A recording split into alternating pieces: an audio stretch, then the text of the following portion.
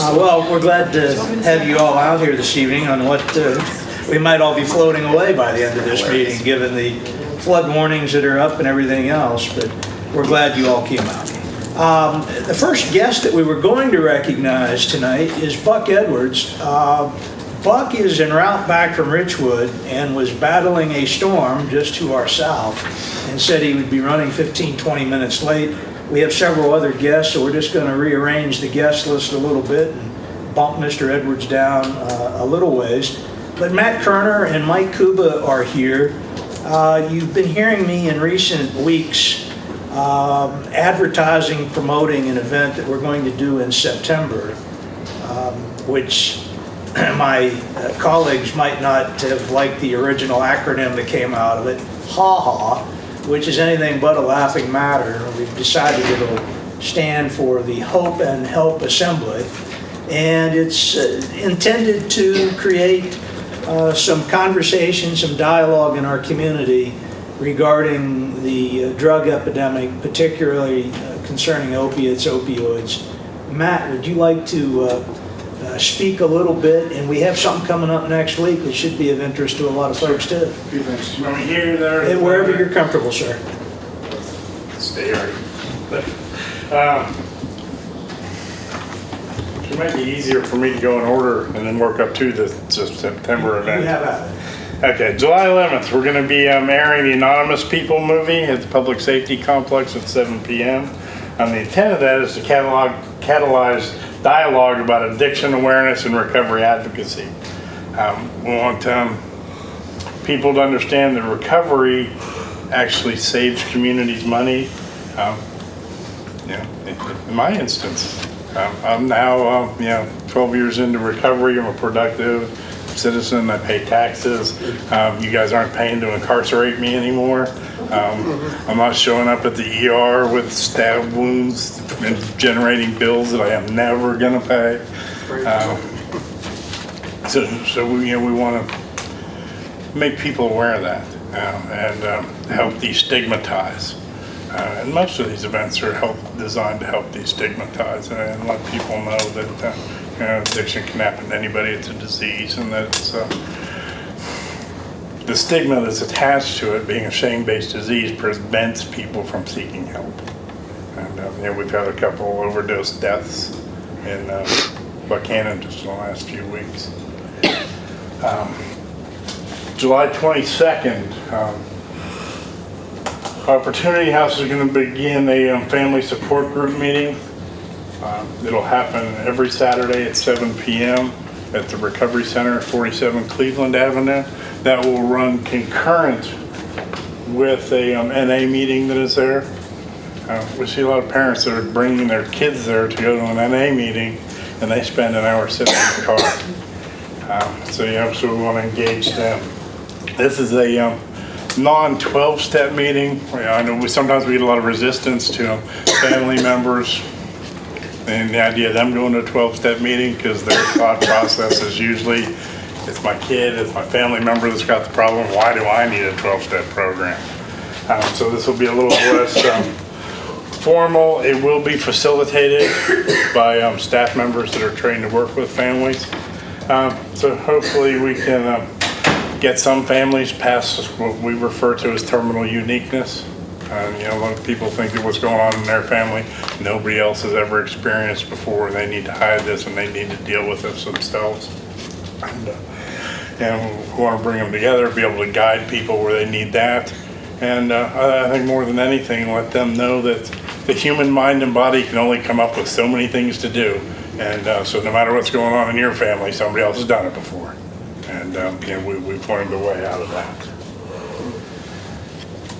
August 17th, and if we get too many registrants, we can do it again on the 31st at the Public Safety Complex. We're going to be doing mental health first aid courses. It's an 8-hour class. The intent of that is to identify, understand, and respond appropriately to someone who may be developing a mental health or substance abuse problem or is actually in crisis. Sure, most people remember in August 2015, there was a student in Barber County that took a classroom hostage. The teacher that was in that classroom had taken this mental health first aid class, was able to de-escalate, convince him not to allow additional students into the classroom, and then work with other people to eventually end the event, without any injury. So it's a good class for first responders, and really just about anybody, employers, places I've worked, we've had people go into crisis even before I got in this field. And again, that brings us to September 9th, the Hope and Help Assembly. I think what we're looking at there is kind of alternating some music and kind of a festival atmosphere with some speakers and to bring some seriousness. I have lined up a few speakers. We're actively working to find some more, maybe do a remembrance of people that we've lost event while we're there. And we also have a person who will come from the Mid-Atlantic region to do a Narcan training and distribution at this event. Also looking at doing a dodgeball tournament at the same time, if we can work all that out. Dodgeball tournament. Who doesn't like to hit somebody else with a ball once in a while? And I think Are that's, you looking for a shitty team? we would love to have one. Are you going to be, Matt, is it time for questions? I'm sorry. Sure. I just wanted to ask, are these dates going to be publicized Yes, hopefully. more so than just at city council? Yeah, hopefully by next week, we will have like registration for the classes on the 17th and 31st available on the Op House website, Op House West Virginia, OPPHOUSEWB.org. And usually when I do anything like that, I will do a Facebook post, and then I'll push that out and make sure that, we get 10, 20,000 people seeing that. And we can do a story. Sure. Great. Come on. Matt, a little bit of personal note here. I have a granddaughter that's doing an internship this summer at Raleigh Hospital down in Beckley. 95% of the ER people that she sees down there are drug related. 95% in the ER in Beckley. Yeah. Drug related. As far as one 15-year-old tried to kill her, grabbed her by the neck and almost ended her nursing career without getting started. She's a senior at WVU. And her sister has worked this whole summer putting together the Narcan kits and everything like that so young people that are getting involved in this on a much wider scale than I ever thought they were. And that's a good thing. And I support you 100%. Yeah, we're trying to really promote peer involvement. That shared experience having been there. Actually, today and we're going to finish up tomorrow, we're holding a peer summit over at the Living Word Church on Thurman Avenue. We've got 65 people from all over the state who have been working in the field as peer recovery support specialists and various other roles, some of them for years. We have people from the Copeland Institute and Doors to Wellbeing have come in from Ohio to do some trainings. We've had specialized trainings for people who work with veterans with substance abuse problems. So it's a growing area. We're trying to manage it and make sure that it happens correctly, that it's not just, that we don't lose control of it and have everybody in the world trying to. I'm interested in taking that class too, because Great. not only people in business need that, but you don't know when you might need it for your neighbor or anything like that Right. too. And so, never know when somebody's gonna shoot up the workplace. you never know. Matt, Yes. one more question and I'll pipe out, but how many veterans are involved in this throughout, I mean, not just here, but are there a lot of veterans that are suffering from this? And Yeah, veterans are overrepresented in the addicted population. So, their percentage the percentage of people in the general population who are veterans does not match the number of people that are homeless or have mental health or substance abuse issues. We get a lot of people now, especially the younger ones. For years and years, we had a lot of Vietnam era veterans, that we were working with, but lately it's become more and more and more of the younger kids that we have, multiple tours to Iraq and Afghanistan. I had one kid who had been shot in Iraq, stabbed in Afghanistan, got out. He was a Navy corpsman attached to Marine infantry units, and came back, thought he was done, and got a letter that he was being recalled. Just left the playing field mentally. So we do see a lot of veterans, and they have a lot of resources available to them, but they also have some unique challenges. Matt, how many individuals do you have in the Opportunity House now? Right now, 25 between our 3 houses. What's your total capacity? 25. We very rarely have an empty bed. I have, last month, at the end of the month, I looked at the folder with applications, and we probably had close to 100. And so there's actually some money. The state total won about $30 million, or this, I don't think it actually went to court. I think the drug wholesalers settled, or issued a $30 million settlement. It's going to be dispersed in the next 3 to 6 months. And we're going to ask for money to increase the size of our facility. How far is your outreach within the community? Our catchment area, we take people from all over the state.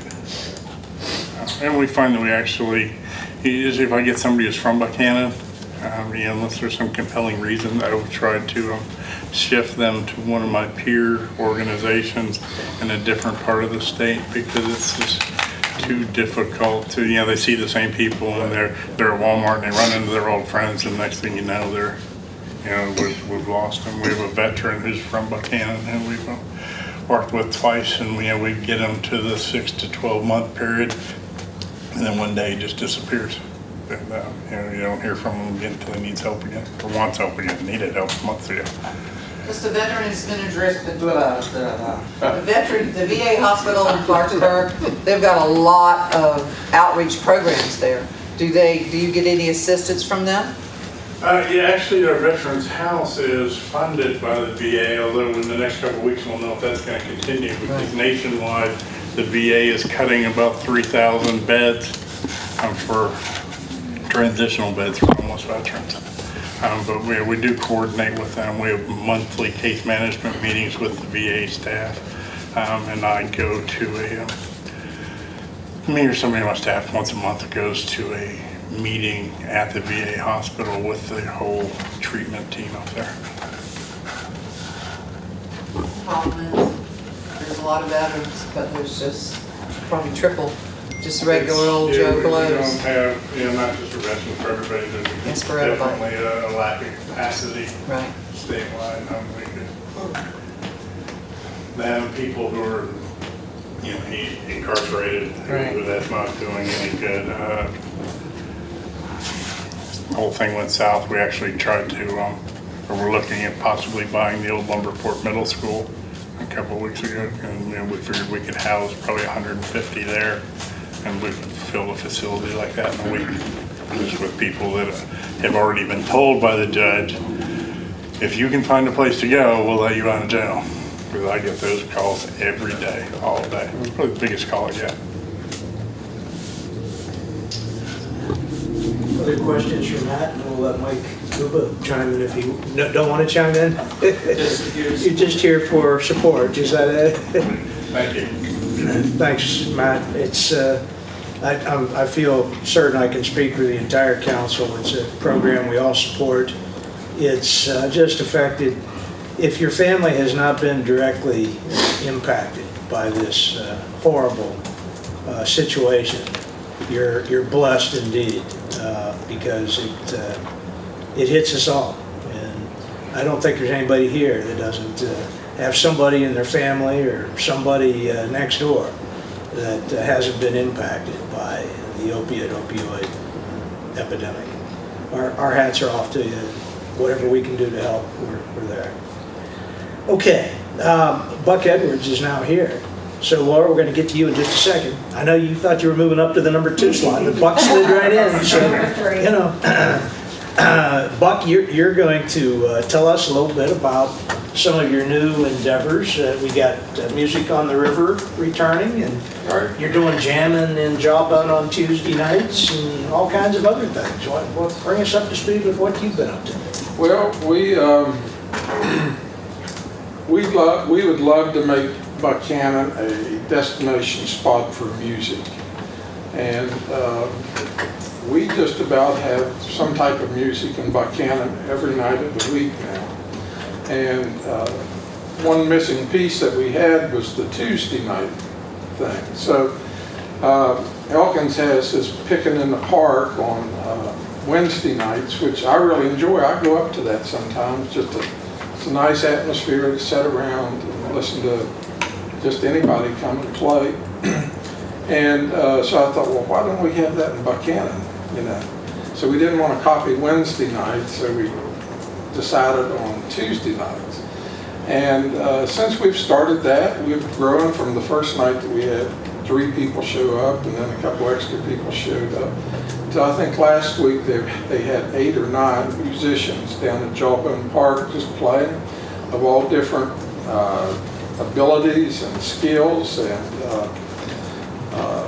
folks who are just learning to play can come and watch somebody who can play and pick up some pointers. And I've only got to come down to the one because I've spent most of my summer in Ridgewood, but the first one was good, and I get good reports every week about how it's growing and things like that. So I think that we can turn that into something pretty nice once we continue to grow that and get more musicians involved, and it gets more known about that. And not only are we having musicians show up, but I think last week they had 8 or 10 spectators show up, just people to come down and listen.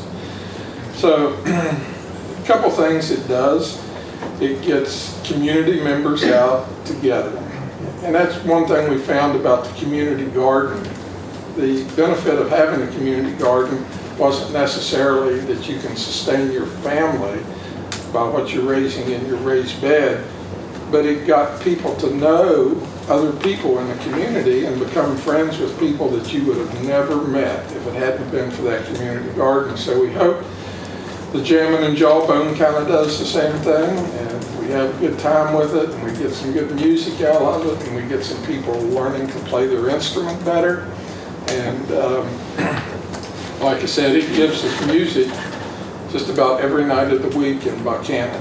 And ideally, a community that's really thriving is providing those kind of things to their citizens. And I've been talking to the Mountain Music Trail people and trying to get them interested in what we're doing, and hopefully get that designation somewhere down the road.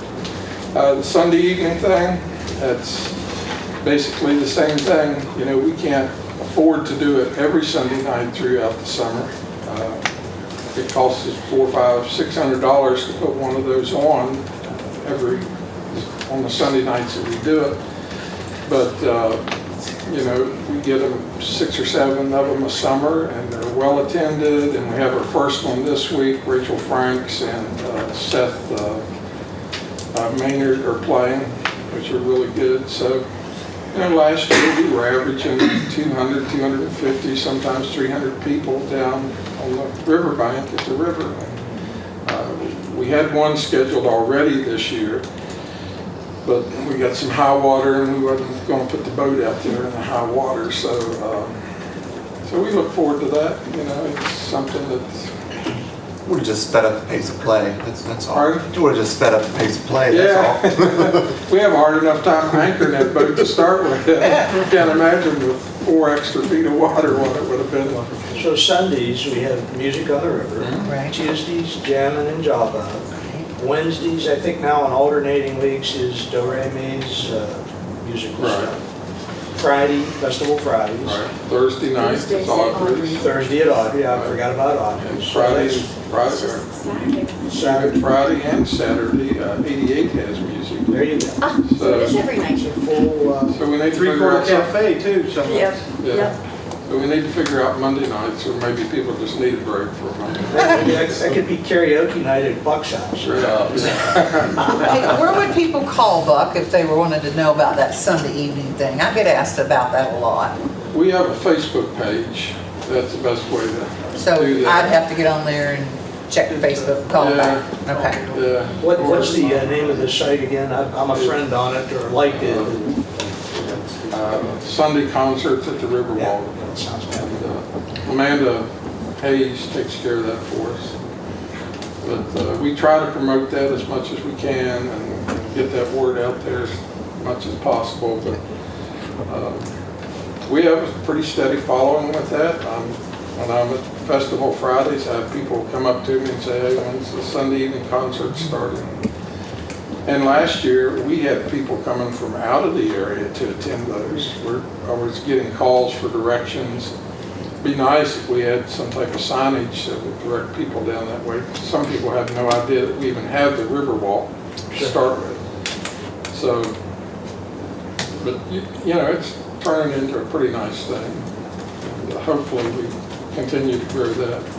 We'll see if we can't collaborate on some signage to better expose our river trail as well as the events such as Sunday music Yeah. to get them there. It'd really be nice if we had a kiosk uptown where we could put that stuff on. You know, that it should be updated. You know, not everybody looks at Facebook and those No. social media, so. So in addition to the community garden doing well and a couple of nights of music that you're largely responsible for, I know a project that we talked about last year that you were hoping to bring to partial fruition this year was the Rose Garden down off of the river trail. Where do we stand with that? Well, I kind of got derailed with all this flood work that I've been doing, and it's kind of got put on the back burner, but we'll get that up and running this fall. Sure. And get the beds worked up this winter and get those ready to plant in the spring. The fishing pier down here, I talked to Dominion. We're communicating today on that. Yeah. So that's still moving forward, not as fast as we would like, but nothing ever does. But we've got all the hurdles out of the way as far as the permits and things like that. You know, Festival Fridays continues to grow. You know. Awesome. That was awesome last Friday night. It If you weren't was. there, Yeah. you It missed a was. good one. That was probably one of the best we had. Somebody said, I bet there were 1,000 people in Joppa Park. I said, try about 3,000. I couldn't count any higher than 1,500, but That was awesome. it was It was awesome. packed. Best band we've had. Well, I can't let you get away without, our recognition thing. So if you wouldn't mind coming forward, I've got something for you. Like that, we'll be up to 20. And how long have we been doing, how long ago did you start, we start doing this stuff here?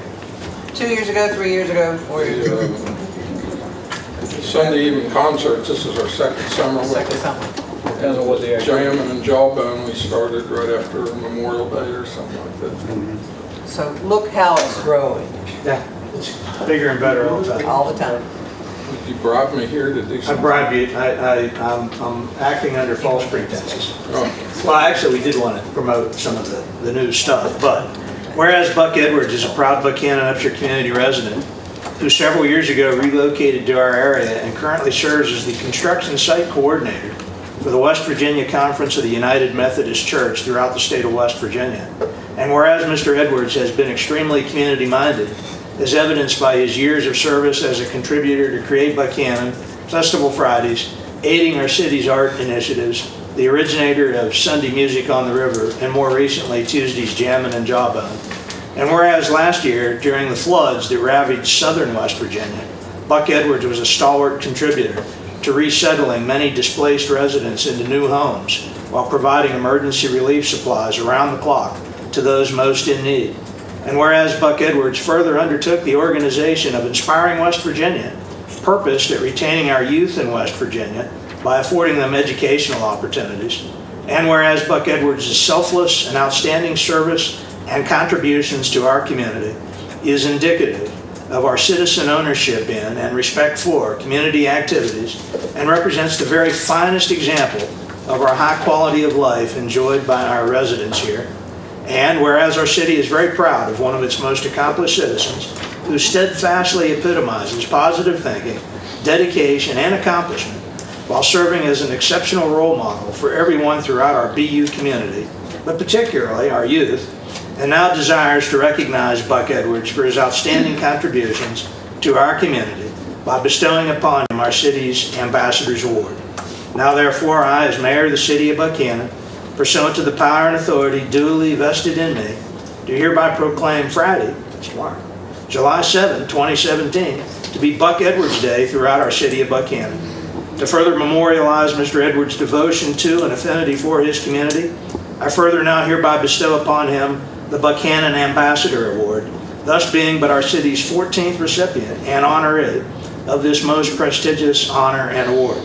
Appropriately, I direct the installation of a permanent placard upon the Ambassador's Bench on East Main Street in front of our city's Stacker Youth Center to permanently honor Mr. Edwards, the bench bearing the inscription and legend, the Ambassador's Bench, honoring those who selflessly dedicate their lives to the service, promotion, and advancement of Buckhannon.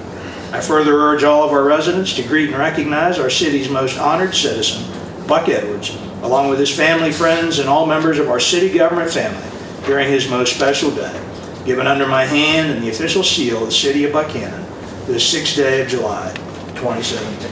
My friend, we appreciate you.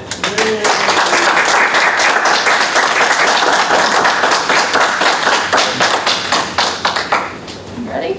1, 2, 3.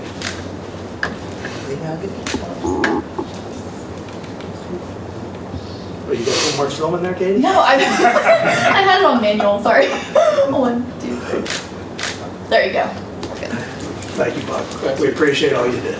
Keep up the hard work for us. You make us all look better.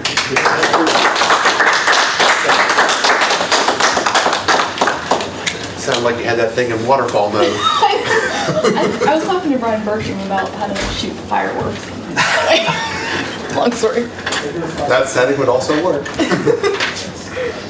Okay, Laura Meadows, you thought we would never get to you, right? And Rob Hinton, by the way, who's on our agenda for B3, when he committed a couple of weeks ago to coming to appear before us, he told me he didn't want anybody else to know this, so I'm going to tell the world that he had forgotten it was his anniversary tonight. So he begged out the other night, thought he'd be better taking his Jackie out to dinner instead of being with us. But he'll be here on the 20th. So Laura, it's all yours. All right. Bringing us greetings from the CVB. I know you all have your packets, but it looks a whole lot better in color. Yeah, that's terrific.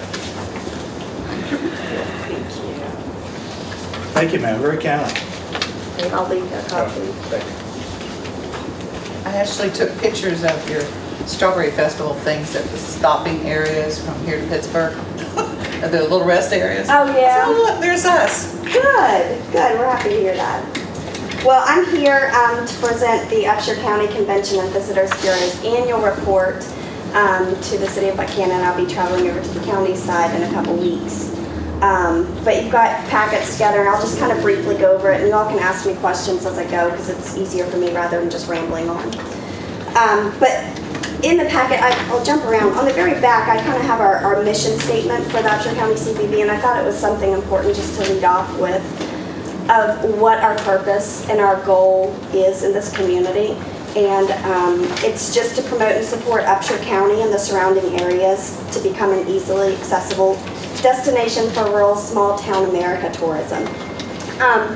So, you know, our whole focus is attracting people from the outside into our community. We're very much focused on outside markets. Sometimes people wonder what the CVB is, what the CVB does, because they don't see what we do necessarily in the Buckhannon area, because our whole goal is to get that people from out of our area into here, which is staying in our hotels, which funds the CVB through the allocation that the City of Buckhannon awards to the CVB. So figured I'd start with that. But just kind of running through it, everybody hears about social media. So this past year was a big focus on putting a little bit more focus into our Facebook, putting a little bit more energy into our Facebook accounts and expanding some of our social media networks. It's absolutely amazing what you can get out of it free, but then whenever you start actually doing some strategic payment options and advertising plans within Facebook, I mean, the results are just tremendous. And it's much more relatable for people. They're not just, it's not an ad, it's that opportunity to have a conversation, it's that opportunity to have an interaction. People are reading other people's comments. They're getting a feel not just from what we're saying, but from the whole community. So it's been really, really successful for us. In the past year, we had, and this has probably increased because I did this report a couple weeks ago, but we had 22,546 website visits. That's combining the event center and the general visitor center websites, but that's total the people that have visited our websites and has had some form of interaction with Buckhannon through that media. The website, I think it's always interesting.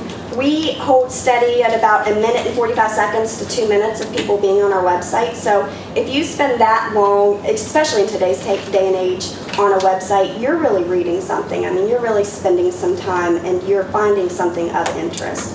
It's always interesting too on our website to see, we can do our analytics on the back end and we can kind of see, where people were coming from, what pages were the most visited, how long they were there. If they went to one page, where did they generally traffic to for the next page? I mean, we can see all that activity. But the #1 events page is our calendar of events. So things that like Buck's doing, Festival Fridays, all of the special events we have going on, people send us that information, we can get it on our calendar. That's where most of our visitors are going to see what's happening. And then aside from that, what we put on our calendar of events, if it meets the criteria for other calendar of events, we have access to calendars outside of this just Buckhannon area that we kind of filter everything out with the Division of Tourism calendar of events, West Virginia Living, so you'll see stuff like that that we help spread the word. We have 4,681 Facebook likes. That's combining again the event center and the visitor center. And again, with paid options in Facebook, we've seen that increase, and we've definitely held on to all of the likes and all the interaction that we received there. This number, I was telling somebody that, and they kind of looked at me like I was lying, but 4,818,000,000 impressions. So what that is basically all of the paid options, and this doesn't include all of the non-paid, but all of our paid options that we've done on any kind of digital format. So if we paid for a banner ad, or if we paid for an advertisement on Facebook, or if we had a featured story with Travel South Tourism, all of those impressions are categorized by the publishers and sent to us. So basically, somebody is on a website and they might see the Buckhannon Upshur County banner ad on the side. And granted, they might not have clicked that ad, they might have just kept scrolling, but they did see that. So it has a lot of weight, it has a lot of value because it just adds to the entire branding strategy of, just getting the word Buckhannon out there, the word Upshur County, and really just West Virginia in general. 4,818,000 some odd, wow. Just impressions. And again, I mean, they didn't necessarily click it, they could have scrolled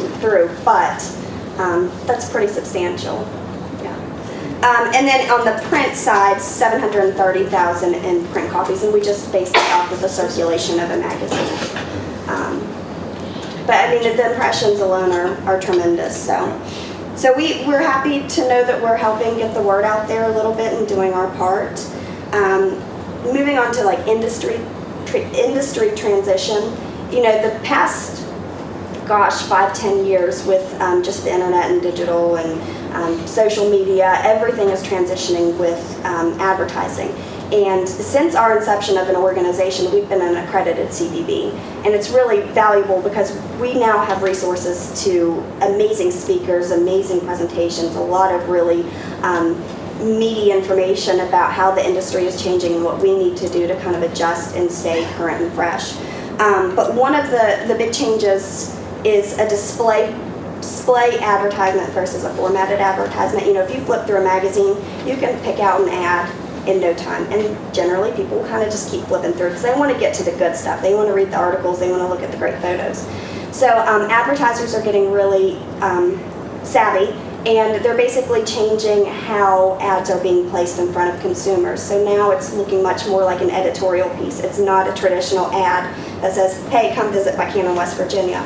It's written to where publishers will bring in a travel writer, they'll talk to us on the phone, they'll write a piece, and then we're sending in some dynamic images, and it's an advertisement, we're paying for that space, but it's much more friendly for a user, it's much more engaging, and it's gonna get a lot more attention. So we're definitely kind of shifting gears a little bit.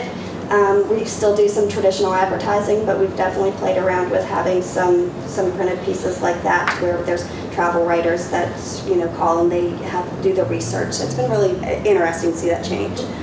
Another is leads versus engagements. In the past, and we still do this, it's not a past thing, but we would place an ad, somebody would see our ad, they would say, hey, I want more information about this. We would get their address and we'd send them a travel guide. And you roll through that. And the numbers are fantastic because we're getting rid of about 10,000 travel guides throughout the course of the year for people who are saying, hey, I want more information. And it's valuable because, again, you're getting that impression out there, but then you start thinking, what happens? What happens whenever I get something like that in the mail? Generally, it's being thrown in the trash. Recycling bin. Or recycling bin, yeah. So, it definitely has its value, but you really start thinking about, is it really effective? So, rather than tracking our ads through leads, we want to shift to track our ads versus, compared to engagements, and a lot of that kind of ties in with social media and all of our digital efforts. You can use analytics on websites, and you can use the Facebook Insights, and you can use all of this back-end data capturing information to really get down to the nitty-gritty of how people are engaging with you, what information they want, what information they receive, that type of thing.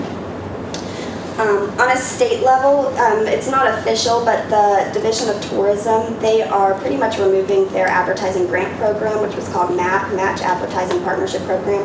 It's unfortunate for smaller CBBs like ourselves because we were, back whenever it was really well funded, we were receiving $20,000 in grant funds just to do direct advertising, and that was solely what it could be used for, was a direct ad piece.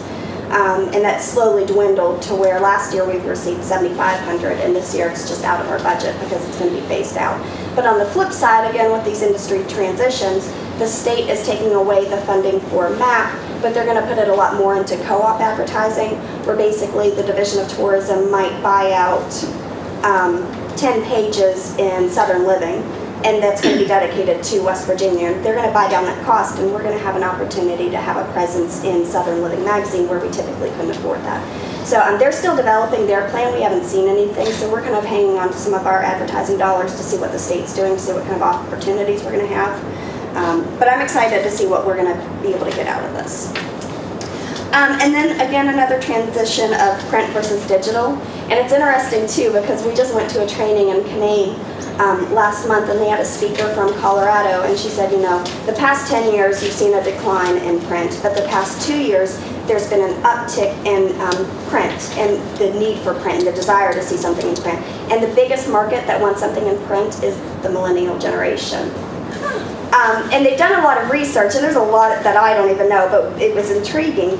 But print has become the most trusted form of media. You think whenever you're on, the whole term fake news. But anybody can post anything on the internet, and you can have a random source, and you can't always verify that. But if it's coming from a print source, it just has much more trustworthy connection with readers. So it's really interesting. So definitely print's not dead. We still have print advertisements, and it's just another assurance that, keep spending money in print, it's well worth it. But again, we're switching from a traditional ad space to content editorial. So we're definitely shifting with the times, but keeping print alive for sure. So that was interesting. I'll highlight a little bit on the event center Bushy Fork this past year. It's been every single day, I'm telling you, it's something new at the event center. But it's entertaining. We've learned a lot. We've had a lot of amazing opportunities. But I would say this past year, we've actually been able to get a little taste of what that facility really can do and what it can really do for Buckhannon. We were happy to be able to host Wendling's Food Show. The past 15 years, it's been held at Canaan Valley Resort. And they just wanted to try something different, and we we worked with them, actually, we've been in conversations with them for about the past 3 years, and the time just wasn't quite right, but we were able to make it happen. But it was tremendous. We had people from throughout West Virginia, definitely surrounding states, coming to this trade show. There were customers, there were vendors, there were buyers. It was a 2-day event, and it was just tremendous. So we've been able to kind of capture what we were able to do with them and package it together and really talk to other people who have similar events and show them, this is what we're capable of doing. This is, these are our parameters. So it was really helpful. We just received an event in October for another statewide with it's not Try This, what's the other group that's connected to Try This? Our Children Are Future. Yeah, and I don't know if they're not typically necessarily in charge of it, but they're going to be involved in it. But it's another statewide conference that should be 2 days. But those are the things, definitely we want, because the whole purpose of the CVB is to bring outside people into Buckhannon. So we want to showcase that aspect of Buckhannon too. But aside from just outside venues coming in, we definitely, use that facility on a local level. We have local organizations that use it for their annual meetings and banquets. The Creek Buckhannon just did a really successful elimination dinner, wedding receptions for sure. So we're very versatile. We're kind of now have a good track record to look back and say, okay, these types of events are most beneficial to us. These types of events, are the easiest. So we're able to really transition and change what our advertisements are going to be to really focus on what's going to be most beneficial for the facility. But the operations have gotten pretty darn smooth. Of course, there's always something new, but we're in a really good role with it right now. We have great relationships with the local guard folks who are out there at the Readiness Center every single day. At a state level, we have excellent relationships with them. We get together with them about once a year, and they're always incredibly receptive to know, what's working, what isn't working, what they can do to help. So that meeting should be coming up here in the next couple months. So it's been great. And again, return events, we love that too. Wesleyan's always a return event for their homecoming activities, so we'll have them again in October. So it's rolling. But if anybody has any ideas for the event center, we're toying with some public events, like a wedding expo in the middle of winter, kind of late winter. So we're kind of at that level where we can really start focusing on trying some different things. I'll speed it up, I promise. Within the CVB, we're running our ads, but it's not just placing ads wherever you want. We really try to be as strategic as possible. And our main campaign for the past few years has been titled What Small Town Charm is All About. Whenever we first got started, we were trying to figure out, what is our brand? What is our identity?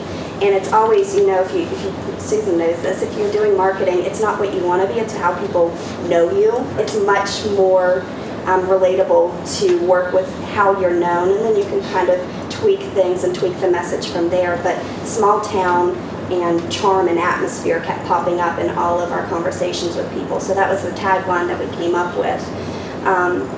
So Small Town Charm has been incredibly successful. Our ad placements have been in publications and medias that kind of go with, an older demographic, a group of people who kind of like the historic atmosphere and kind of slow, enjoyable pace of life.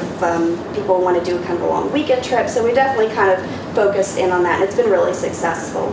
And we're making some tweaks to that, but I'll talk about that here in a little bit. Another ad campaign we have is called 33 Things to Do along Route 33. We partner with the Lewis County CVB and the Randolph County CVB on that. It's been active. Well, we've been running that campaign for about 3 years, and honestly, the past year or so, it hasn't been actively advertised. We've had a website that's been up and maintained. We have some rack cards that we've been distributing, but we haven't done some active advertisements. But we definitely still collaborate together. It's a really great relationship. In this upcoming fiscal year, we're getting ready to renovate that. We're partnering with Region 7, and they have a GIS mapper on staff, and she's creating a custom story map for this campaign. And it's just that. It's a really great visual that shows a map of the area, and it has really cool visual interactive points of interest that will pop up, and it'll show you from point A to point B. You can do all of these amazing things, and it's right here in the heart of West Virginia. So we're definitely, value that relationship with our other CVBs because it's so important to work with them. So we definitely want to keep it generated and rejuvenated. So we're going to do some updates to that. And then of course we have an ad campaign for the Event Center at Brushy Fork. And like I said, based on our past 2 years of history, we've really been able to tweak how and what we want to advertise for that. So we're going to make some adjustments for this upcoming year, but definitely advertise the heck out of it and try to get as many people booked out there as possible. This past year, you know, it's not a CVB project by any means, but this past year we were able to accomplish a community project with collaboration with the City of Buckhannon, the Upshur County Commission Office, the Chamber of Commerce, the Development Authority, Wesleyan College, and St. Joseph's Hospital, where all organizations saw the value of having a really good video presence out there. And you know, if you go on YouTube right now and you search Buckhannon, West Virginia, I think now you'll get some pretty good video feed. Before, you would get some pretty off-the-wall video feeds. So, you know, that was one thing from my standpoint. I wanted somebody's first impression to be something that was really quality and something that really told our story. But we have 3 videos that were professionally done within that partnership. We have a welcome to Buckhannon video, something that focuses on the arts scene in Buckhannon, also one that focuses on industry. And all 3 pieces have a really similar message of, you know, this is a really amazing community and it's worth living here, it's worth working here, it's worth visiting here. So we're happy with it. I'm curious to see if we can do something else in the future, but having those 3 in our pocket have been really great.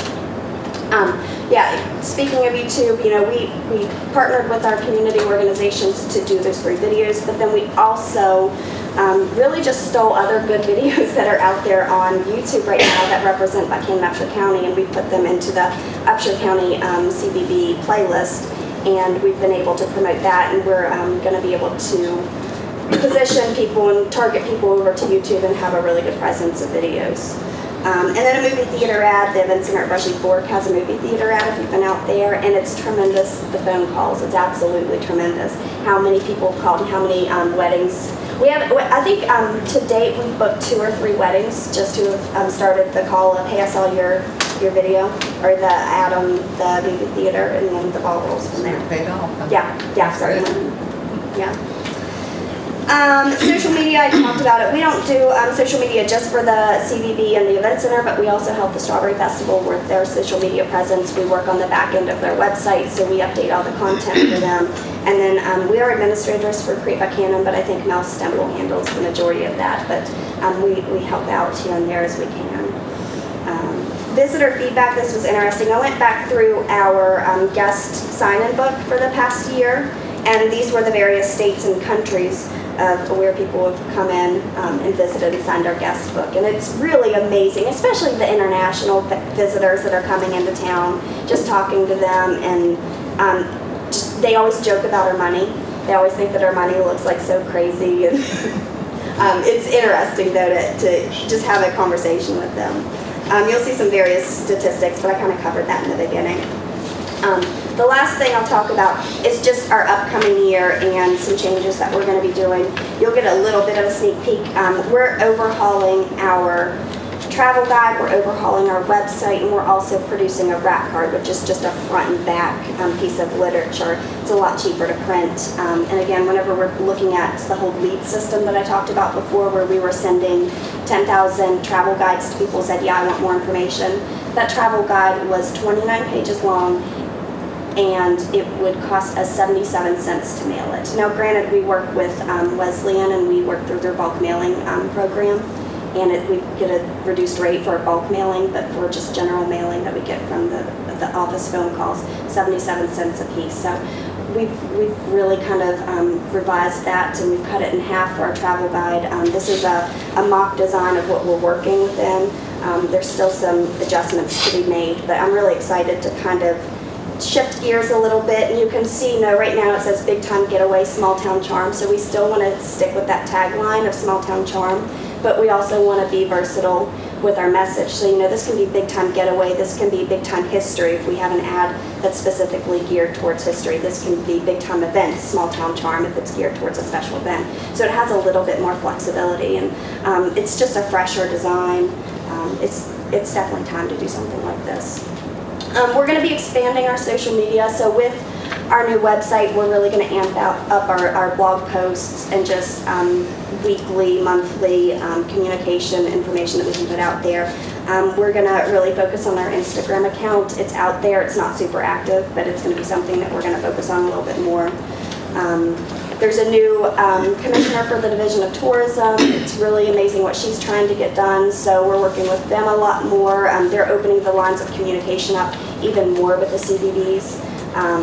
Their state travel guide that they produce every year, they're working with us a lot more on the content, so we have a lot more involvement on what's going to be in there. Goodness, and the last thing I'll promise I'll talk about are just new ventures. You know, there's always something new in our area. You follow the Upshur County Recreational Complex and the hiking and biking trails that are being developed back there. It's really amazing. And we have a new board member, Joey Baxa, who's serving on the CVB board. And we pulled him in because he's active with the outdoor recreation aspect with mountain biking. And we really want to do as much as we can to try to highlight that and help see what we can do to help get some more development and just some more engagement on that. And then we're also working with the state for a West Virginia Welcome program that we can bring into all of our lodging facilities and even restaurants. And there's also a hospitality and tourism program that can be offered possibly at the Fred Everly Technical Center. I don't know honestly where that would stand. I reached out to the new director at Fred Everly, and we're going to get together hopefully in the next few weeks. But it's something I would really like to see come in and be available to our high school students within the next few years. And then I also have a copy of our financials, but I'm not going to talk about that because it's just numbers. Do y'all have any questions, Shannon? Real quick, Yes. What you handed us is all that we have in our packet. Will you send your bullet points electronically so we can incorporate that in the minutes? Super. Other questions for Laura? Good job, Laura. Mr. Pugh, you have a question? I got a couple questions for Laura. They're simple, they're real easy. Okay. First one is, all the impacts that you get online, the social media, where does most of it come from? Which part of the United States or whatever? And go ahead. For each specific ad, I probably couldn't answer that honestly off the top of my head. But for our website, West Virginia is the highest state. But then from there, I think it goes Pennsylvania, Ohio, Virginia, New York, North Carolina, Kentucky, all the kind of states that you would really kind of assume. DC. The second question is the dwindling operations you had out there. Do you have any idea what the economic impact was for Buckhannon during that couple days? I know we did a room block for pushing 140 rooms, I believe, and I think the final total were 99 rooms that were booked just here in Upshur County as a result of that event. So, I mean, that's tremendous. And I talked to some of our hotel managers, and they said that was wonderful for the month of May, because granted, we have Wesleyan graduation, we have Strawberry Festival, but having another weekend with hotels being full was amazing. But, I mean, as far as a figure, no, but I mean, yeah. I mean, we have 210 rooms, so about, in Upshur County, I think is about the number. So, I mean, half of our hotel rooms were booked with just one event. That's great. Thanks, Laura. Good job. Hopefully, good work working for our community. Thank you. Thank you very much. We'll see you again soon, I know. Okay, department and board reports. Oh, wait, Mr. Pugh, you wanted to address council. I apologize. No, I just, if I had a question or not. Oh, well, you're always a why, you know, on yes or no. Yeah, okay, thank you. Moving down to department and board reports, we have our Public Works Director, Jerry Arnold, who's going to report first. If it's okay with you, I'll let Vince go ahead. I mean, I think he's got a date tonight. He's got, Vince Smith Yes. has a date? Absolutely. Yeah. Are we talking No the wonder, same? no wonder it's storming outside. Come on up, Vince. Mr. Arnold has yielded the floor to you. Yield the floor. I think Buck has a date too. He's heading out. I need to go Thanks to for Lowe's. coming. Appreciate it. Mr. Smith. How are you? Well, we're doing okay. How about you? Not too bad. Good.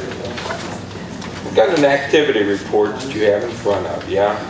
from April 2nd to July 1st. We had no zoning board of appeals. Everything else was pretty routine, storage buildings, new construction, home additions. We issued 121 building permits. The total of that revenue was a little over $808,000. So we did fairly well. Our revenue generated for the city was $12,509.55. That was the fees based on the building permits. We've also collected $1,800 in electrical fees, which now we are doing that in-house. And as you can see in saying that, if you look in your packet, also you'll see a electrical inspection spreadsheet and a plumbing inspection spreadsheet that we are now tracking what we're actually inspecting from our permit fees, from our electrical fees. So we're doing both of those. And as you can see, you look down through there, not everything passes every time. And in saying that's helping our building owners and our residents. We're watching out for them. So they're getting something for the fees that they're paying. So, and it makes a better project when everything's said and done, we hope. What does it mean where you have pictures? Like you have a photo of what you inspected? I do. I do and it's, if we have an issue down the road, we can go back and say, for example, the pressure test for Northridge. I've got the actual gauge that was on there, showed the pressure that it was. So if down the road a year we say, hey, there's a problem with the plumbing at Northridge, well, let's go back, we'll look at the pictures, and I picture most of before it's covered up, the plumbing, and the same way with electrical. We look at it and inspect it and take some pictures, so hopefully we have a digital record of what we actually saw at the date that we inspected it. So that's something new that we've just taken on and we're doing now. I think that's a great service, like you say, for the residents. We hope it is. I mean, will I catch everything? No, probably not, but we're helping keep it. It's a third eye on the projects going on in the city. Okay? Out of that, we've had 30 zoning applications received. I approved 29 of them, and one's still pending.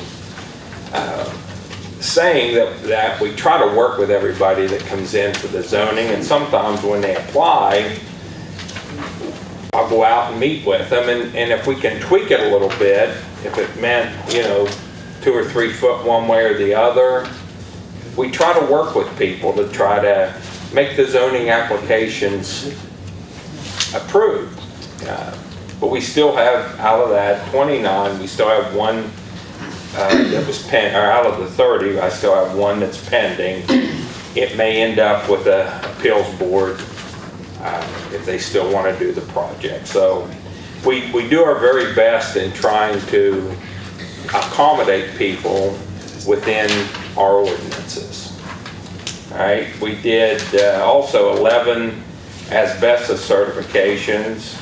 We had no elevation, and we had 6 floodplain related questions. Planning Commission, we met on April 18th. We discussed changes to the 2020, and I guess we're ready to meet July 17th again. Hopefully we're a little bit closer to that, getting that plan finalized. Presented to council. Historic landmarks also met on April 17th. We discussed street signs, and then we discussed budgeting, which tomorrow I'm going to meet with Amby to get some numbers because we have a meeting coming up on July 17th, that they were wanting to know how they were going to pay for the signs. So that's pending. Housing enforcement, it said January 25th, but it should have said April 26th. Never claimed to be the typist, so it was a typo there. We discussed the letters on the storage buildings in the floodplain that weren't anchored and vented properly. We finally got them out, and Jay and I have been inundated with calls and questions, and we've made site visits. People initially were very upset with, hey, my building's been here for 10 years, why are you picking on me now? And after you go out, you explain the situation, that it's FEMA, and that's why we're a CRS community, and that's why your insurance rates are lower. FEMA's requested we do this. It's nothing that Buckhannon just picked out of the air and said, hey, we want to make our residents do this. So after explaining all that, it's come out pretty well. We're getting people that are correcting the storage building anchorage problems and venting problems. So we're making some headway with that. We talked about some property cleanup and housing enforcement, and as you'll see in your packet, there's a list. We've got 18 properties. And out of that 18 properties, it had to be brought to council before I could do the on-site citation, as directed by our attorney.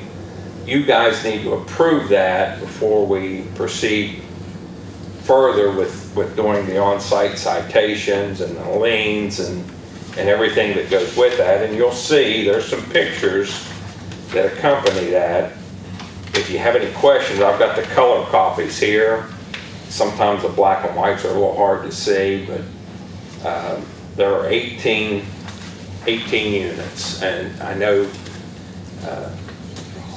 David and I talked about that, how many I initially thought there were going to be 6 to 8, but after doing the survey, there's 18 that really need to be addressed. And Vince, are you seeking the council's authorization to proceed with on-site citations? I am, and it's up for a vote.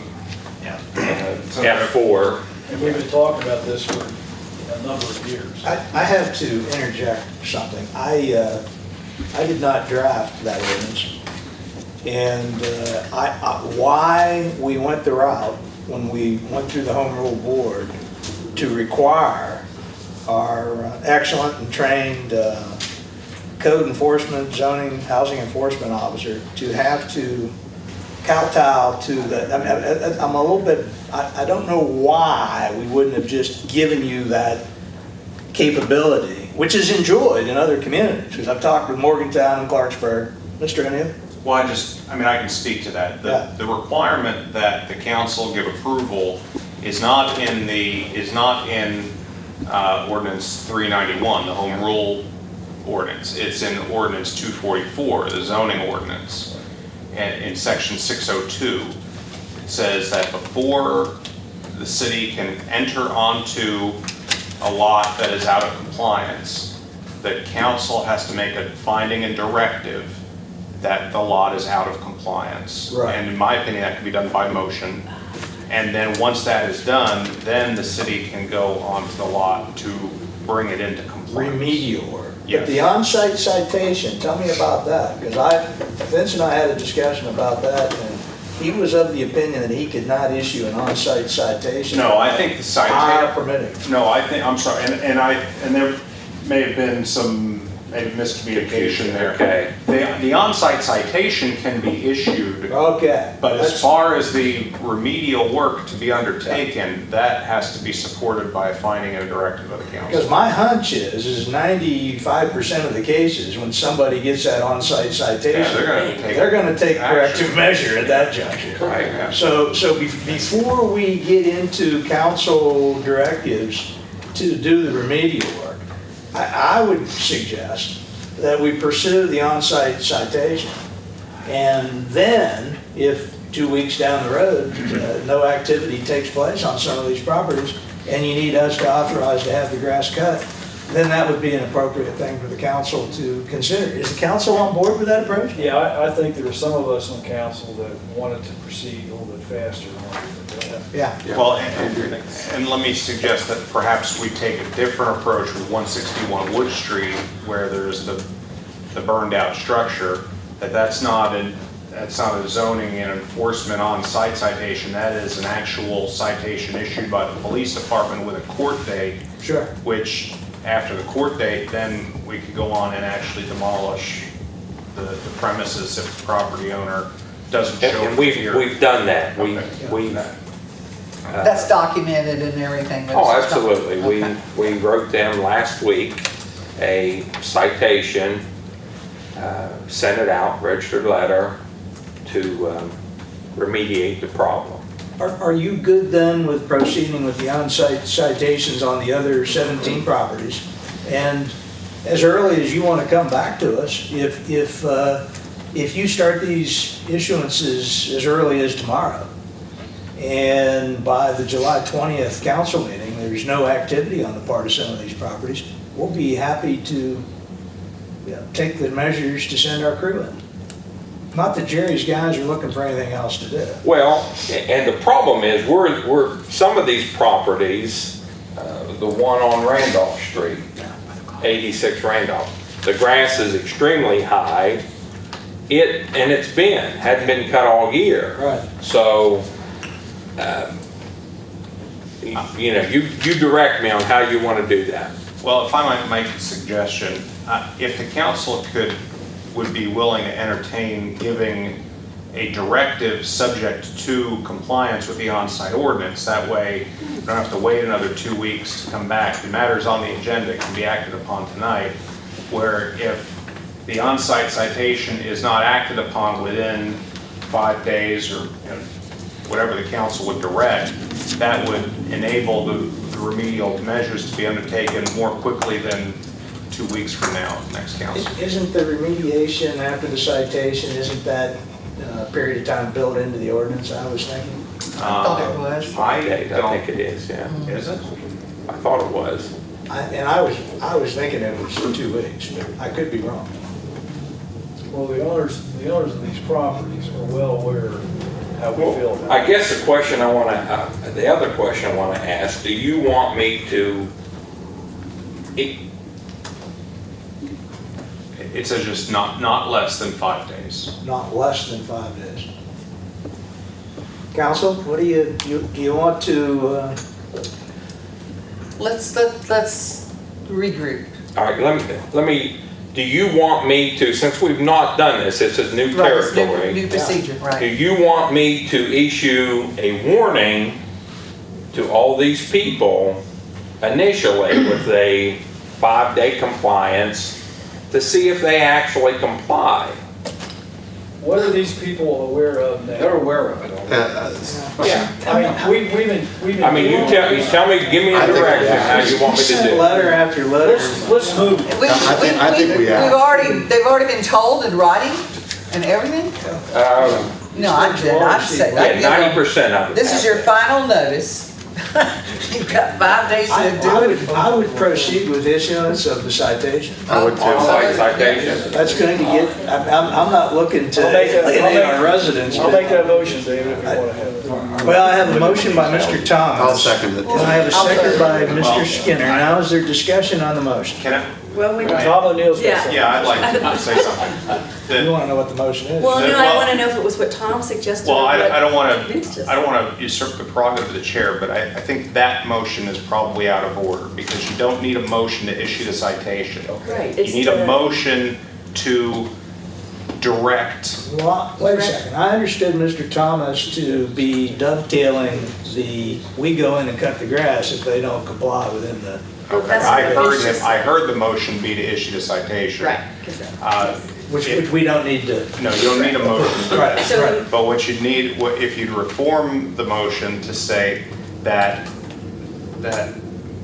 city personnel is authorized to enter upon the non-compliant lots no less than 5 days after the issuance of the citation to bring the lots into compliance, that would be a motion that would be in order. Mr. Thomas, would you retool your motion accordingly? Yeah, I agree with you. And we- Well, and we- you said it and we in your talked about- vote earlier. We talked about this over 3 years ago. Skinner just said he seconded. I have a motion by Mr. Thomas Second by and proxy. a second to the motion by Mr. Skinner, that after Mr. Smith issues his on-site citations, some of which may be perhaps as early as tomorrow, that if there is not remedial curative action taken within 5 days, that city crews could immediately thereafter be sent in to effect bringing the property in. And that's ultimately what we want to do.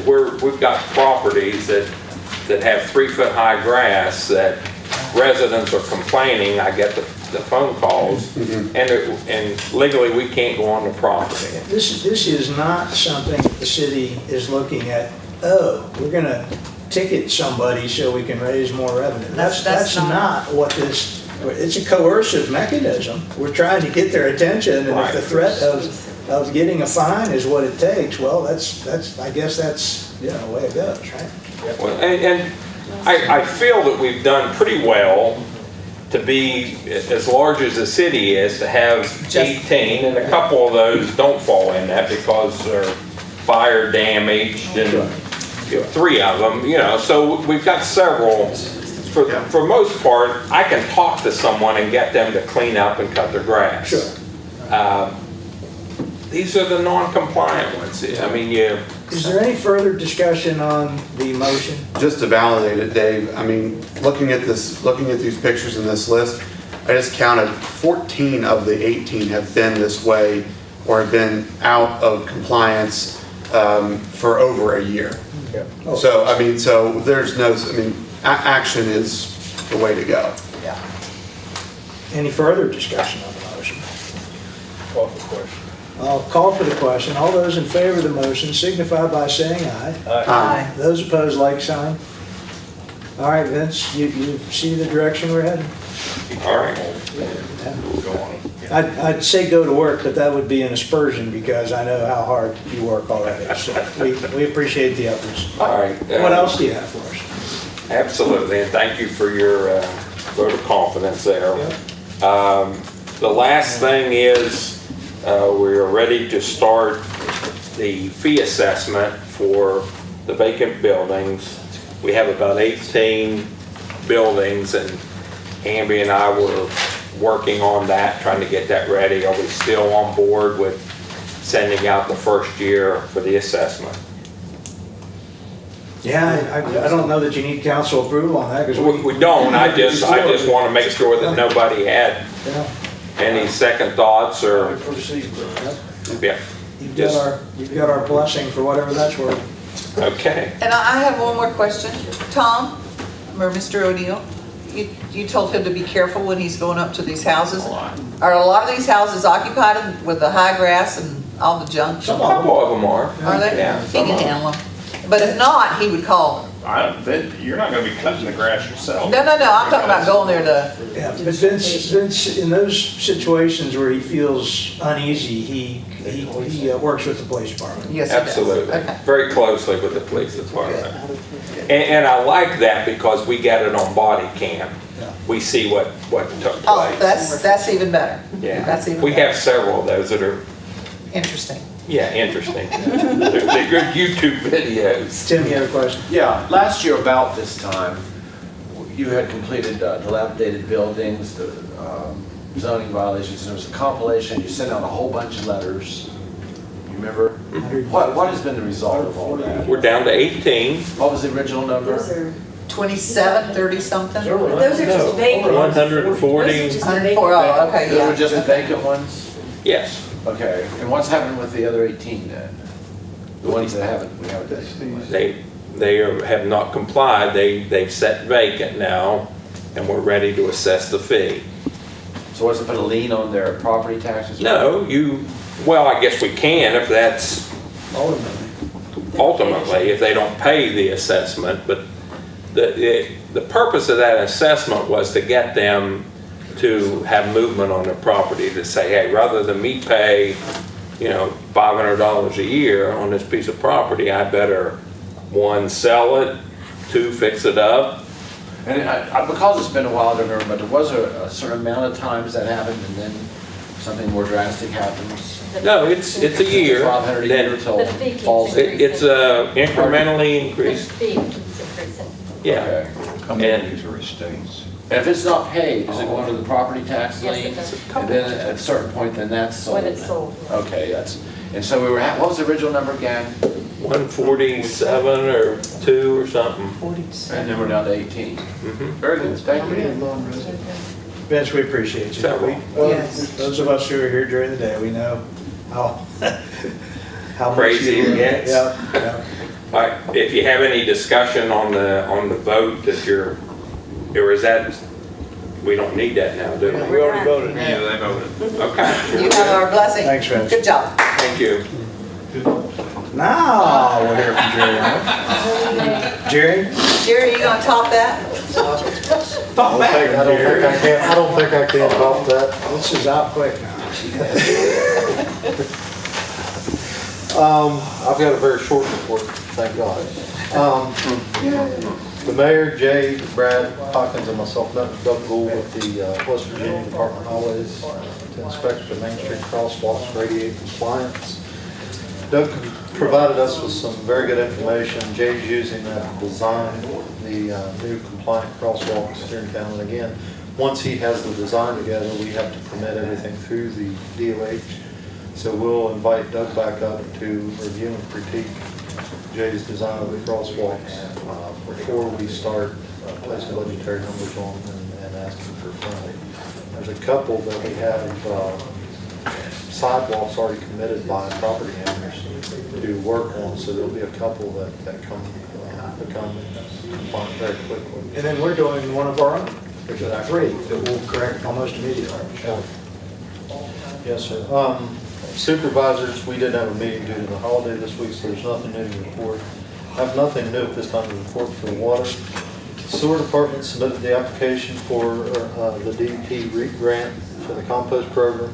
The Moore Avenue Wood Street project's been completed.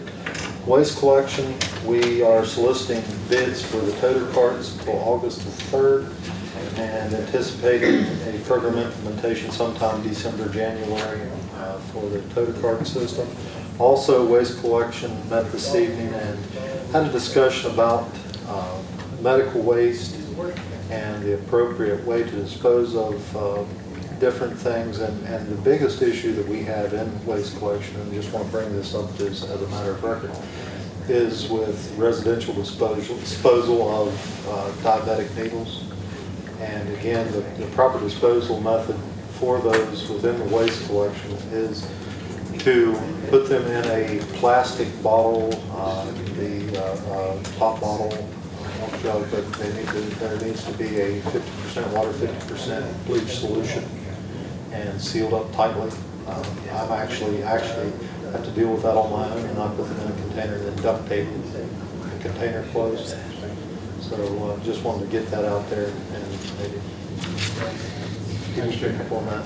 The other thing I would mention is, as you are aware, I brought up in the past that we had an issue with a raising of a house, and there was some asbestos that got brought into our facility, and we had to quarantine the trailer and go through a whole litany of things. But just caution property owners, and again, Amy brought up the waste board in the city of Buckhannon with events and what we do, we're very good about ensuring compliance on an asbestos abatement, and tests are being done. But this house was just outside of the city limits.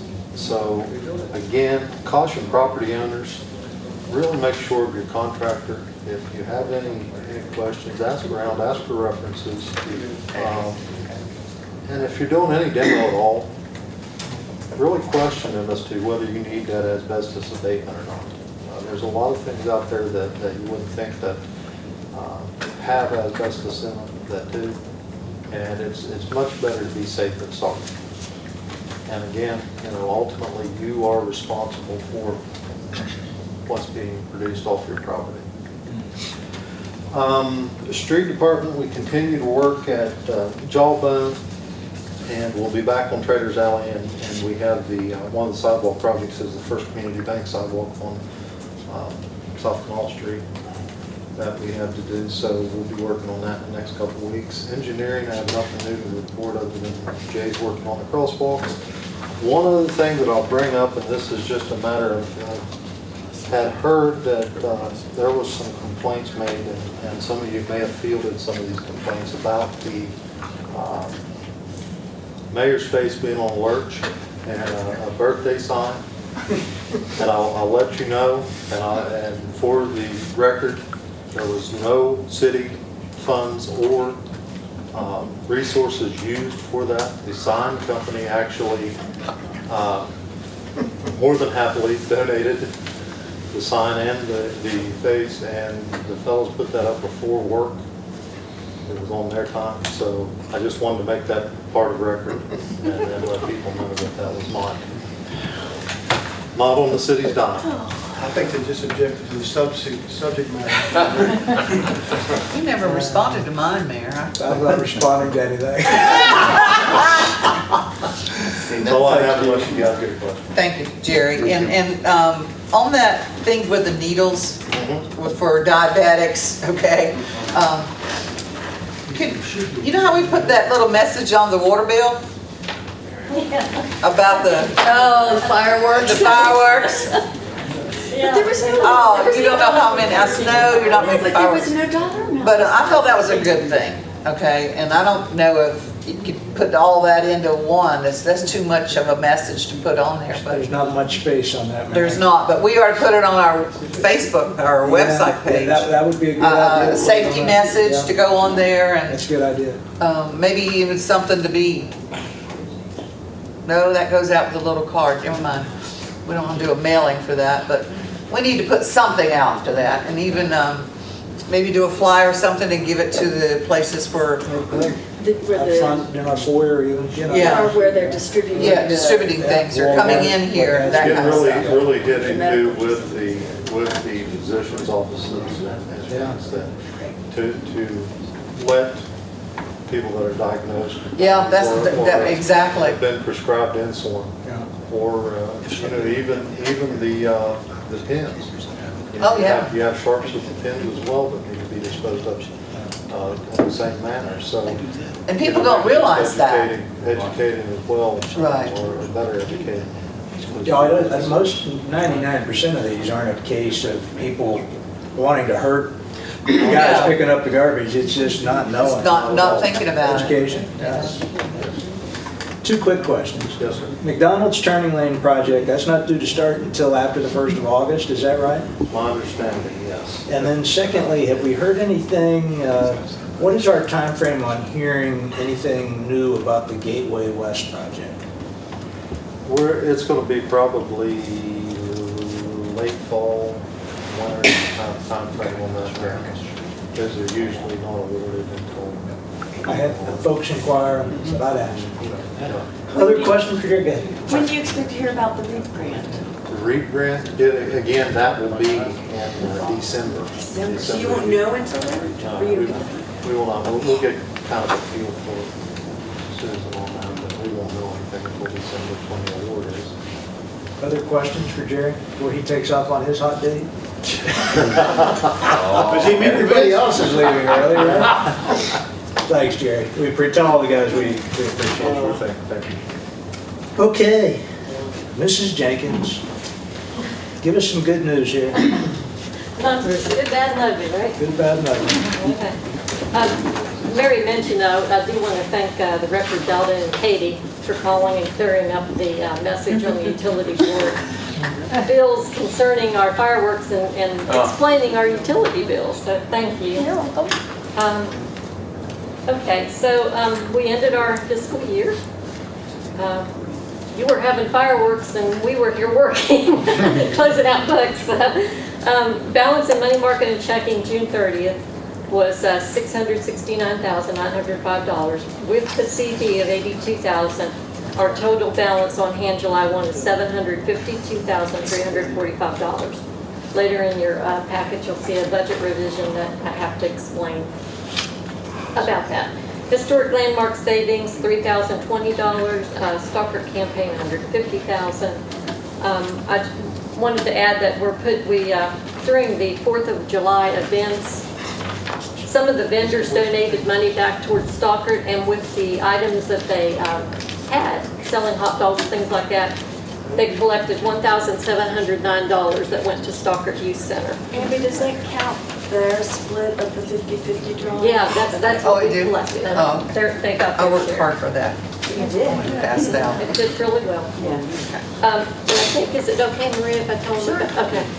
Maria got, well, yeah. I'll tell you, that dog park committee, we need to, yeah, harness that and have it working. She received an email that they got the mini grant award from Try This West Virginia, $2,800 towards the dog park. Yeah, dog park. I think it's over $11,000 now that they've collected, so hooray for them, really.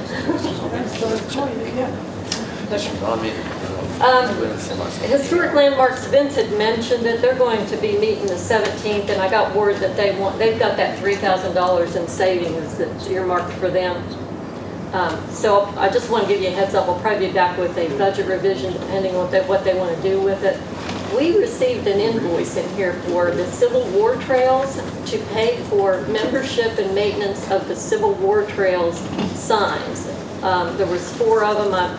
Basil House, Jenkins Ray, I can't remember, there was a couple more, and it was $800. So I wanted to present to Historic Landmarks and make sure we have it, that they feel that they want to continue that $800 for that, and I'll probably bring that back. But they want to do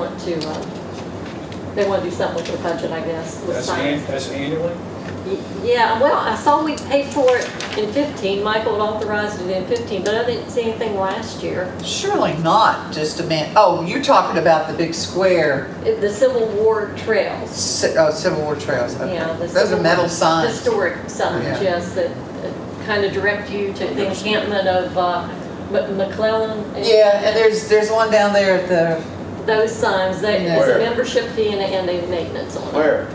Down there at the where? I don't know what, where is it? Park, I if think. you drive more, it's down there by, you go through, by the school, there's McDonald's, and then you take that left in that little park right there. What is that? Marion Street. Get Marion Street, right there. City Park. There's one in the Buckhannon City Park too.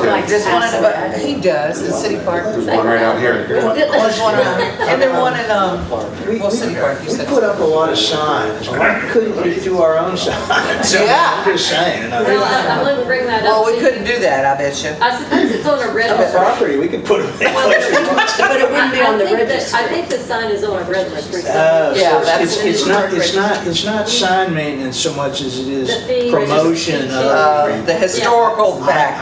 I get it, Someone okay. brought up a historic theater trail as well, so I think it's the same thing. I They get you. direct to Okay. it. Anyway, enough about that. That's a whole Theater on that. Okay, now this one, what I need to talk to you about is, this item's already been budgeted, but it's maybe a different allocation than what you had originally talked about. When you worked on the budget for this year, 17-18, the police department had some requests in there for 3 police cruisers.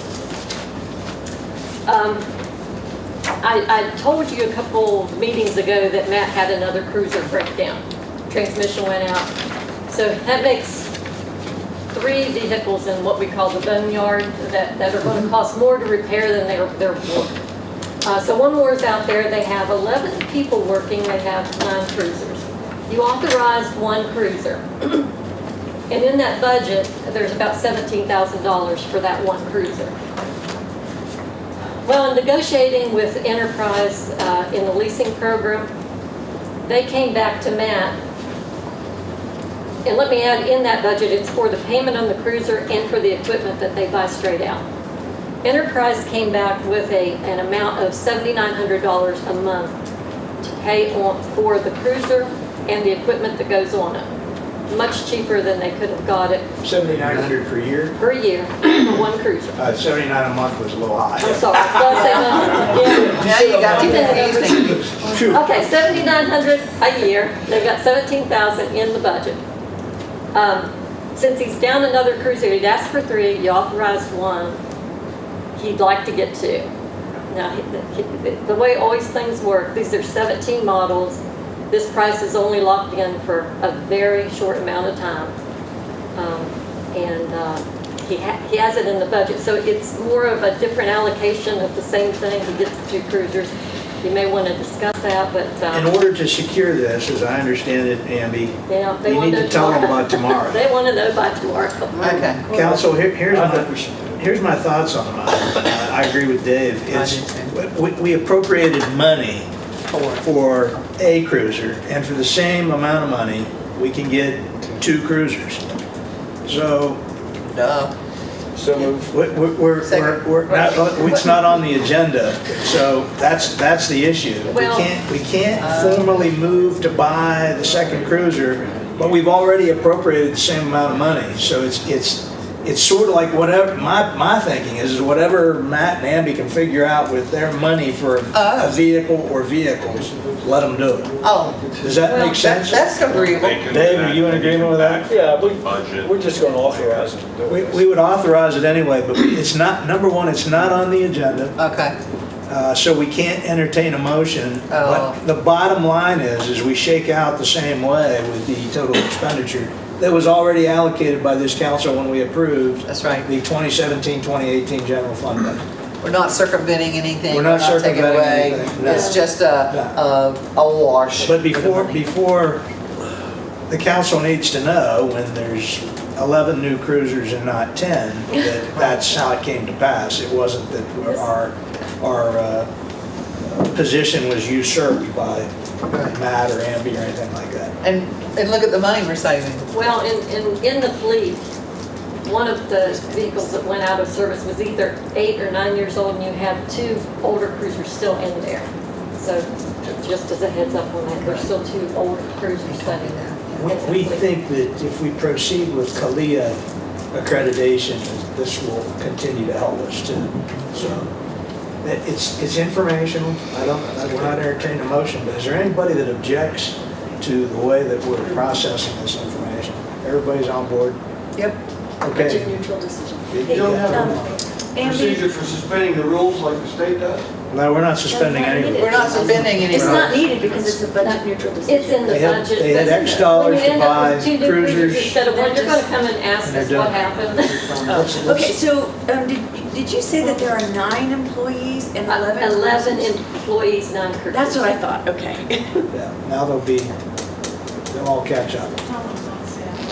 Good job, Amby. Can you get us any more 2-for-1s on maybe a fire truck? What do you got?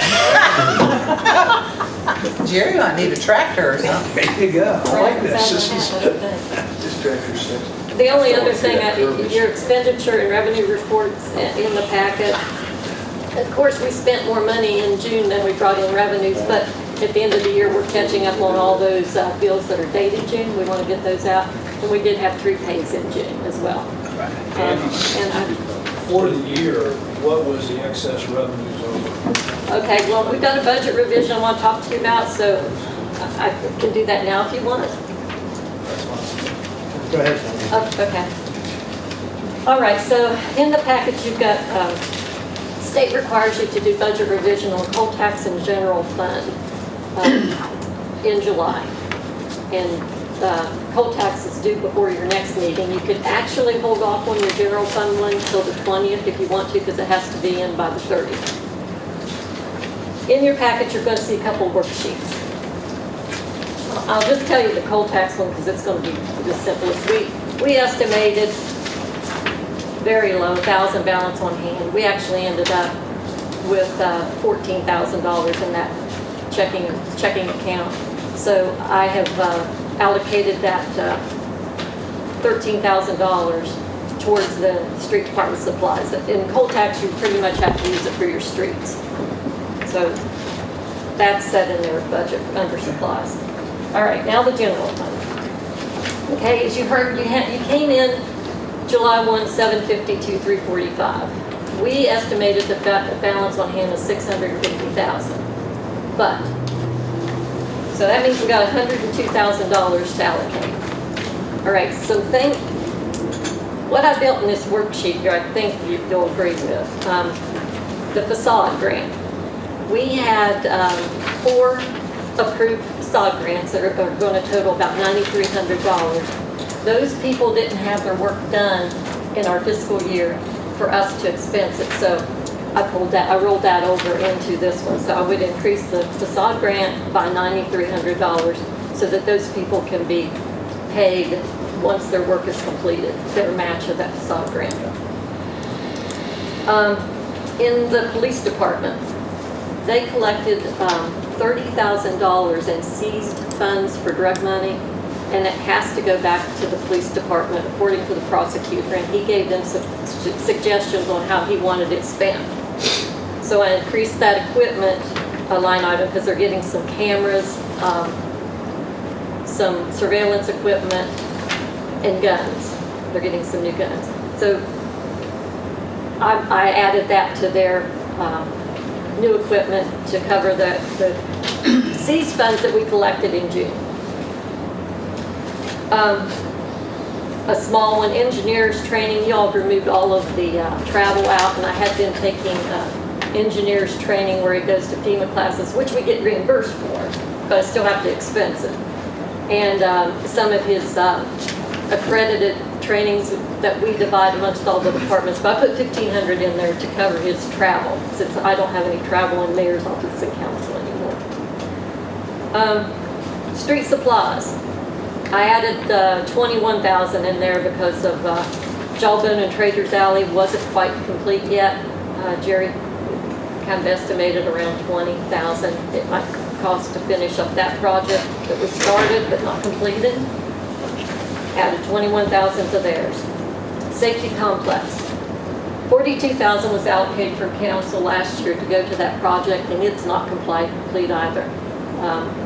What I estimated, it looks like there's about $38,000 more maybe to spend on that. Jerry concurs with that. Added that to it. And then I just had a couple $1,000 left over, and I put that in police salaries only because if you want to continue the part-time police officer, it's going to cost a couple thousand, maybe extra. So that kind of gives you a wash. Now, one thing I need you to know, though, for future reference, if we come up with funding, excess funding anyplace, remember the theater building.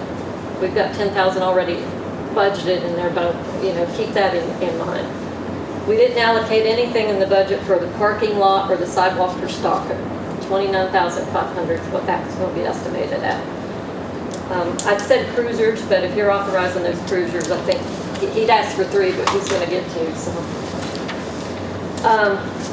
we don't have anything allocated for the safety complex facade. I guess that would be a 3rd phase.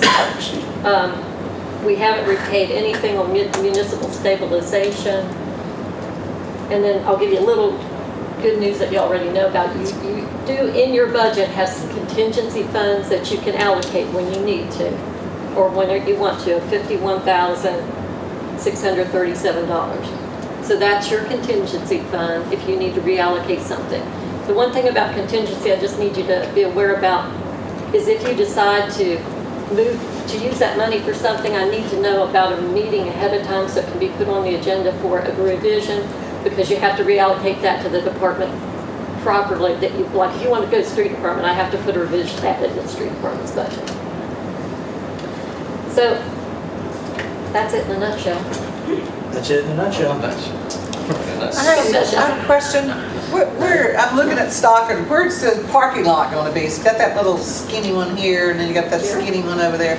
It's for paving the gravel lot, Mary. and Oh, okay, okay. Adding lighting and a water fountain. Oh, okay, It'll be very yeah. theme oriented as you go down Traders Alley into Jawbone and then over to the public safety complex and then over to the back of Stockard. It'll just look like one big mall, if you will. Cool. The only thing I'll say, I'll put my neck out on the limb there, is council might think about, is a revenue source, is sales tax. So I'll just say that and. Thanks, Amby. Thanks for bringing that up. Well, I mean, if you talk about revenues. Yeah. Amby has, she's run some preliminary figures, and Elkins, Weston, Bridgeport have done the 1% sales tax.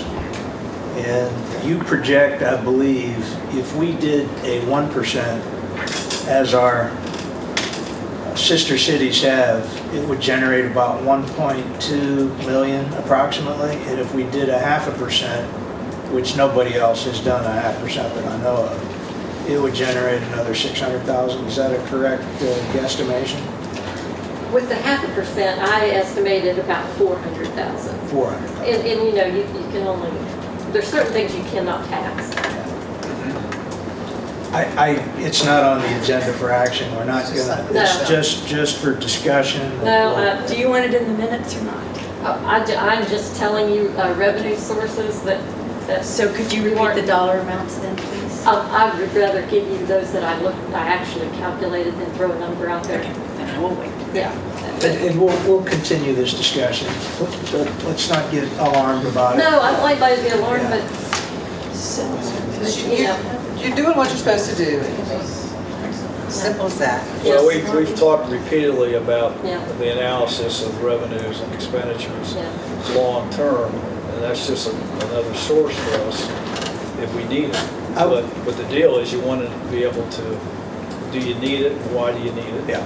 Exactly. I would remind the council that we made a commitment by ordinance to the sanitary board to engage in some comprehensive work on our stormwater system.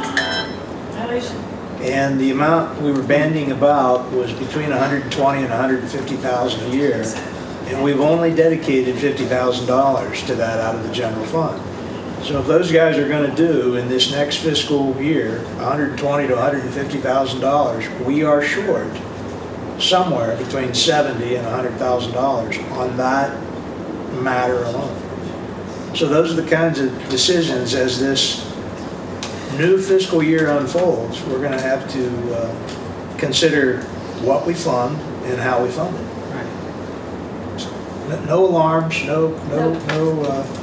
the city's not on the cusp of financial ruin. Things are in good shape, but some of these bigger projects that we'd like to undertake, we're going to have to figure out how to pay for it. Other questions from Mrs. Jenkins? Do you want us to go ahead and do these resolutions right now while you're still up there? We can take them out of order. If you want. I would ask you I think they to, only put the number of the one in there, but one's for general fund and one's for poll tax. yeah, there's Resolution 2017-08. Is that the coal severance one, I think? That's the general fund. That's the general fund one? 2017-08, you've heard Amby explain all this, but we had to do it by two separate ordinances because we got general fund and coal severance fund that comes into the general fund. 2017-08 is for just the general fund. You've heard her well thought out proposals. I would entertain a motion that we approve the first resolution. Do I have a motion to that effect? So moved. I have a motion by Council Lady Albaugh. May I have a second to that motion? Second. I have a second by Councilmember Thomas. Is there any further discussion on that motion? The only thing I would observe is that in talking about some of the things that we we discussed back when we were working on this budget, that we did verbally talk about furthering our commitment to the Development Authority of increasing that dollar amount from $30,000 to $40,000 to match what the county is investing. And Robbie, I hear you. Rob Hinton will be here at the July 20th meeting. We will put that on the agenda. As Amby's indicated, we got that 52,000-ish to play with. God, I hate to use that metaphor, to play with the people's money, but the point is that you have an opportunity to revisit that after we hear from him. I just wanted to put it out there. At the July 20th meeting. So, right here. Could I clarify, is this motion for resolution 08 or 09? This is 08 first, which I understood was the general. Correct. fund one. It's a roll call vote. Yes. Well, so we've had, is any more discussion on that motion? Now let's take, I'll call for the question and then we'll roll call it after we get it out there. All those in favor of this resolution, please signify by saying aye. Aye. Those opposed, like sign. I hear no nays, but for purposes of the record, please tell me how you vote, yea or nay, in support of or in opposition to the resolution. Council Lady Albaugh. Yes. The record will reflect Council Lady Capari is absent. City Recorder Susan Holloway. Yes. Record will reflect Mr. Rylands is absent. Mr. Skinner. Yes. Mr. Thomas. Yes. And the mayor votes yes. Now the counterpart, the coal severance resolution that also we're adjusting some numbers with. That's resolution 2017-09 budget revision. I would entertain a motion that we approve that resolution. So moved. I have a motion by Mr. Skinner. May I have a second to that motion? Mr. Thomas has seconded that motion. Is there any discussion on that motion? Hearing of the need for none, I'll call for that question. All those in favor of the motion signify by saying aye. Aye. Those opposed, like sign. And again, the roll call, Council Lady Albaugh. Yes. Record will reflect Mrs. Capari is absent. City Recorder Susan Alloy. Yes. Record will reflect Mr. Rylands is absent. Mr. Skinner. Yes. Mr. Thomas. Yes. And the mayor votes yes. So those resolutions are both approved. Thank you, Amby. Does anybody else have anything else for Amby before we let her finally sit down? I'm sorry you missed the fireworks. They were very good. Yes. It was good to hear them. That was nice celebratory She noise. stepped over on the bridge. She stepped over on the. You gonna be in tomorrow, Amy? Mr. Yes, Pugh, you have a I got question? some questions. Just a comment that, if I remember correctly, back when we were discussing home rule and the question came from some of the citizens that, they're just going to implement a tax increase for us, and I think most all of us vehemently denied that we wanted to implement any kind of a tax increase, sales tax or anything like that. So please just keep in mind that another tax on the people that are already being taxed, especially those of us that are on fixed income, that is really kind of a slap in the face to us in the city that took the word of council that they would not choose to implement that sales tax. Yeah. We are just starting a possibility of the discussion, and I understand. it's at least months away from any action, if there would be any action. It would be irresponsible of this council to not consider continuing to be competitive with the cities around us that have already adopted the full, I'm just saying, Bridgeport, Clarksburg, Fairmont, Morgantown, Elkins, West, everybody else has already done this. And I'm not saying because everybody else jumps off the bridge that we should jump off the bridge, but it would be irresponsible for us to not have a discussion about it. So The discussion is fine, it's the outcome. Well, I don't think most citizens would mind paying 0.5 or 1% if they saw that there was a real benefit for what they're doing. And that's the key. Okay, and we're a long way from discussing that. Well, and Dave, you said it very accurately. There needs to be a need. There needs to be justification for the expenditure. It's not one of these things, let's see if we can generate another pile of money, and then after we get it, we'll figure out how we'll spend it. And that exercise won't happen. You go ahead. Mr. O'Neill, comments? I just wanted to say one thing on Mr. Pugh's point. The legislature has delinked the raising of a municipal sales tax to home rule.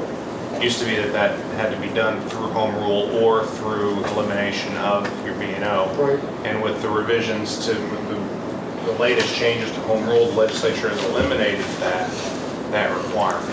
So that's Appreciate that, Tony. Thank you very much. Dave, I'll get your signature on these resolutions here. Okay, I'll do it after. We'll do it later. That takes us down to Mr. O'Neill. What do you got for us, sir? Well, frankly, Mr. Mayor and Council, most of what I have to be addressed later on in various issues under Section F. The only thing that I may mention at this point to keep my remarks brief. The previous meeting, we discussed the possibility of getting in touch with Arch Cole with respect to initiating a discussion with them to facilitate linking the rail trail with the mountain bike trail down towards the high school, the Upshur County Recreation Park complex.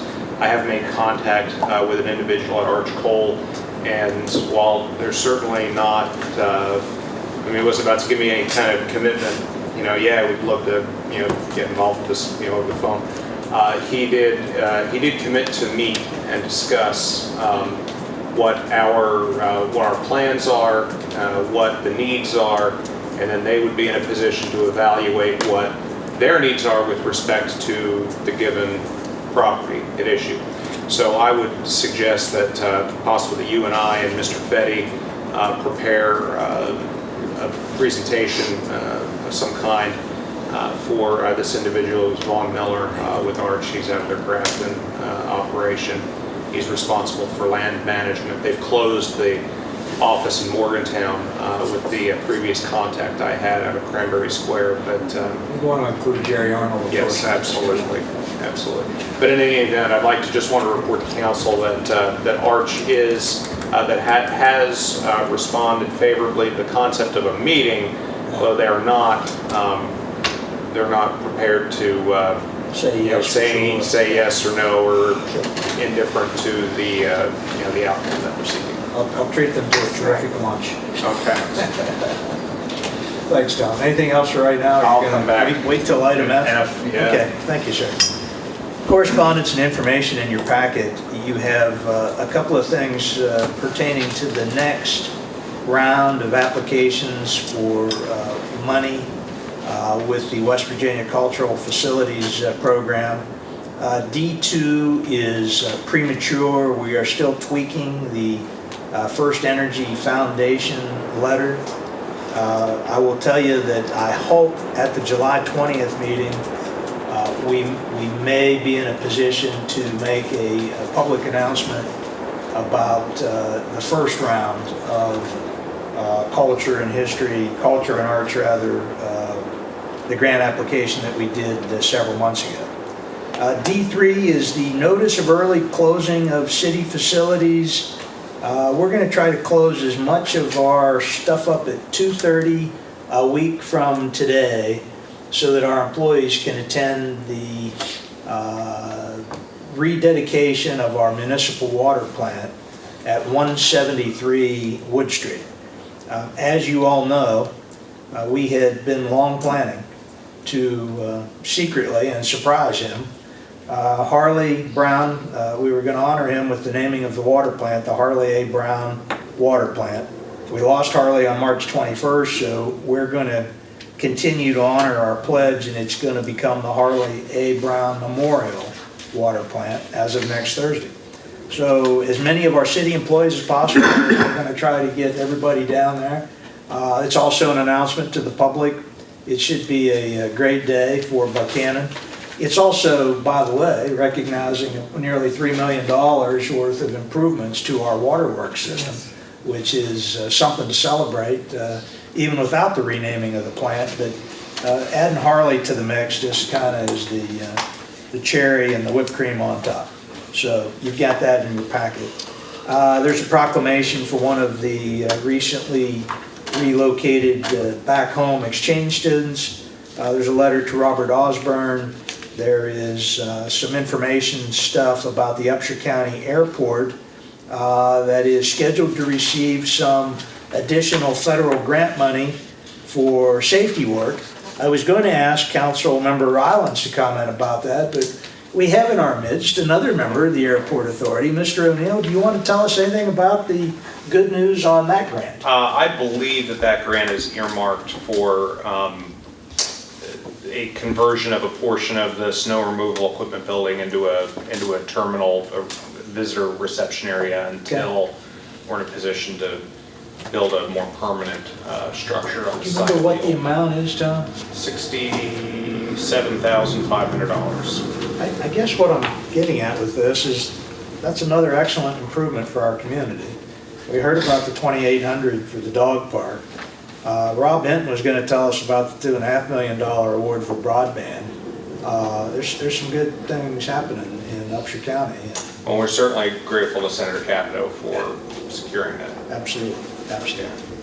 Okay, all of that's correspondence and information. The consent agenda consists of 3 items: the approval of the minutes of our regular meeting on June 15th, the approval of the minutes for 2 special meetings on June 27th and July 3. We have to approve our building and wiring permits, and lastly, we have to approve the payment of our bills. I would entertain a motion that we approve our consent agenda. So moved. I have a motion by Mr. Skinner. May I have a second to his motion? Second. I have a second by Council Lady Albaugh. Is there any discussion on that motion?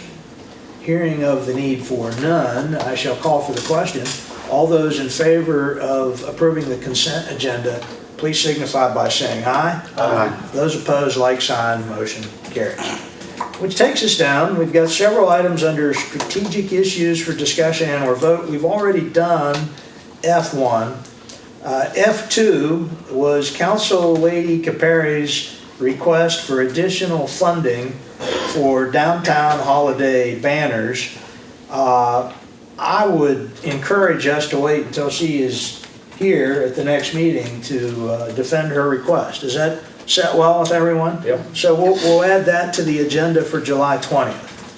The next matter is the recommendation from the Facade Committee to approve 2 additional grant expenditures at 4 East Main and 1 North Kanawha Street.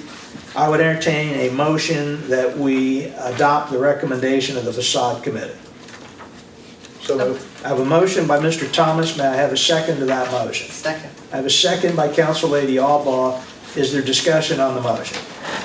I'll call for the question. All those in favor of the motion signify by saying aye. Aye. Those opposed, like sign. Motion carries. F4, I believe we have disposed of. Yep. That was the what we thought we might need formal action on relative to the on-site citations, and Mr. Smith is going to proceed with that. F5 is discussion, possible approval of our information and grants coordinator. I would really, I think this is a big step for Buckhannon to entertain this, and we've got 5 erstwhile good members of our council here, but I would not be opposed to just tabling that until all 7 of us are here. I agree. I like getting everybody's input on something it's a big step for the city.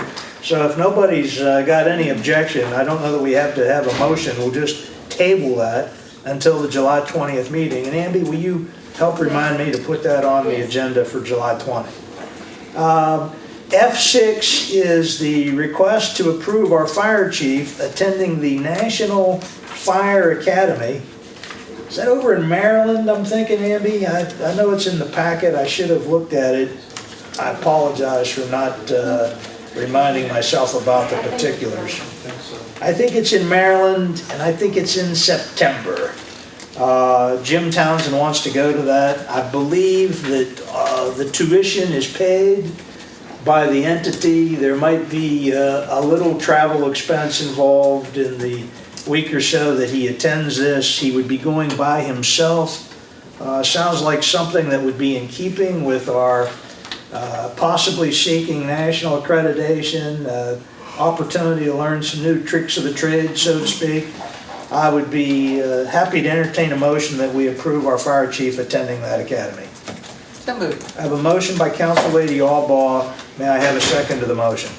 I'll second it. I have a second by Mr. Thomas. Is there discussion on that motion? By the way, Jim was scheduled to be here and he decided to take his leave early so that he could return early to be involved in earnest in the training of our 2 new firefighters. If there's no further discussion on that motion, I'll call for the question. All those in favor of approving Chief Townsend's request to attend the National Fire Academy, please signify by saying aye. Aye. Those opposed, like sign. Motion carries.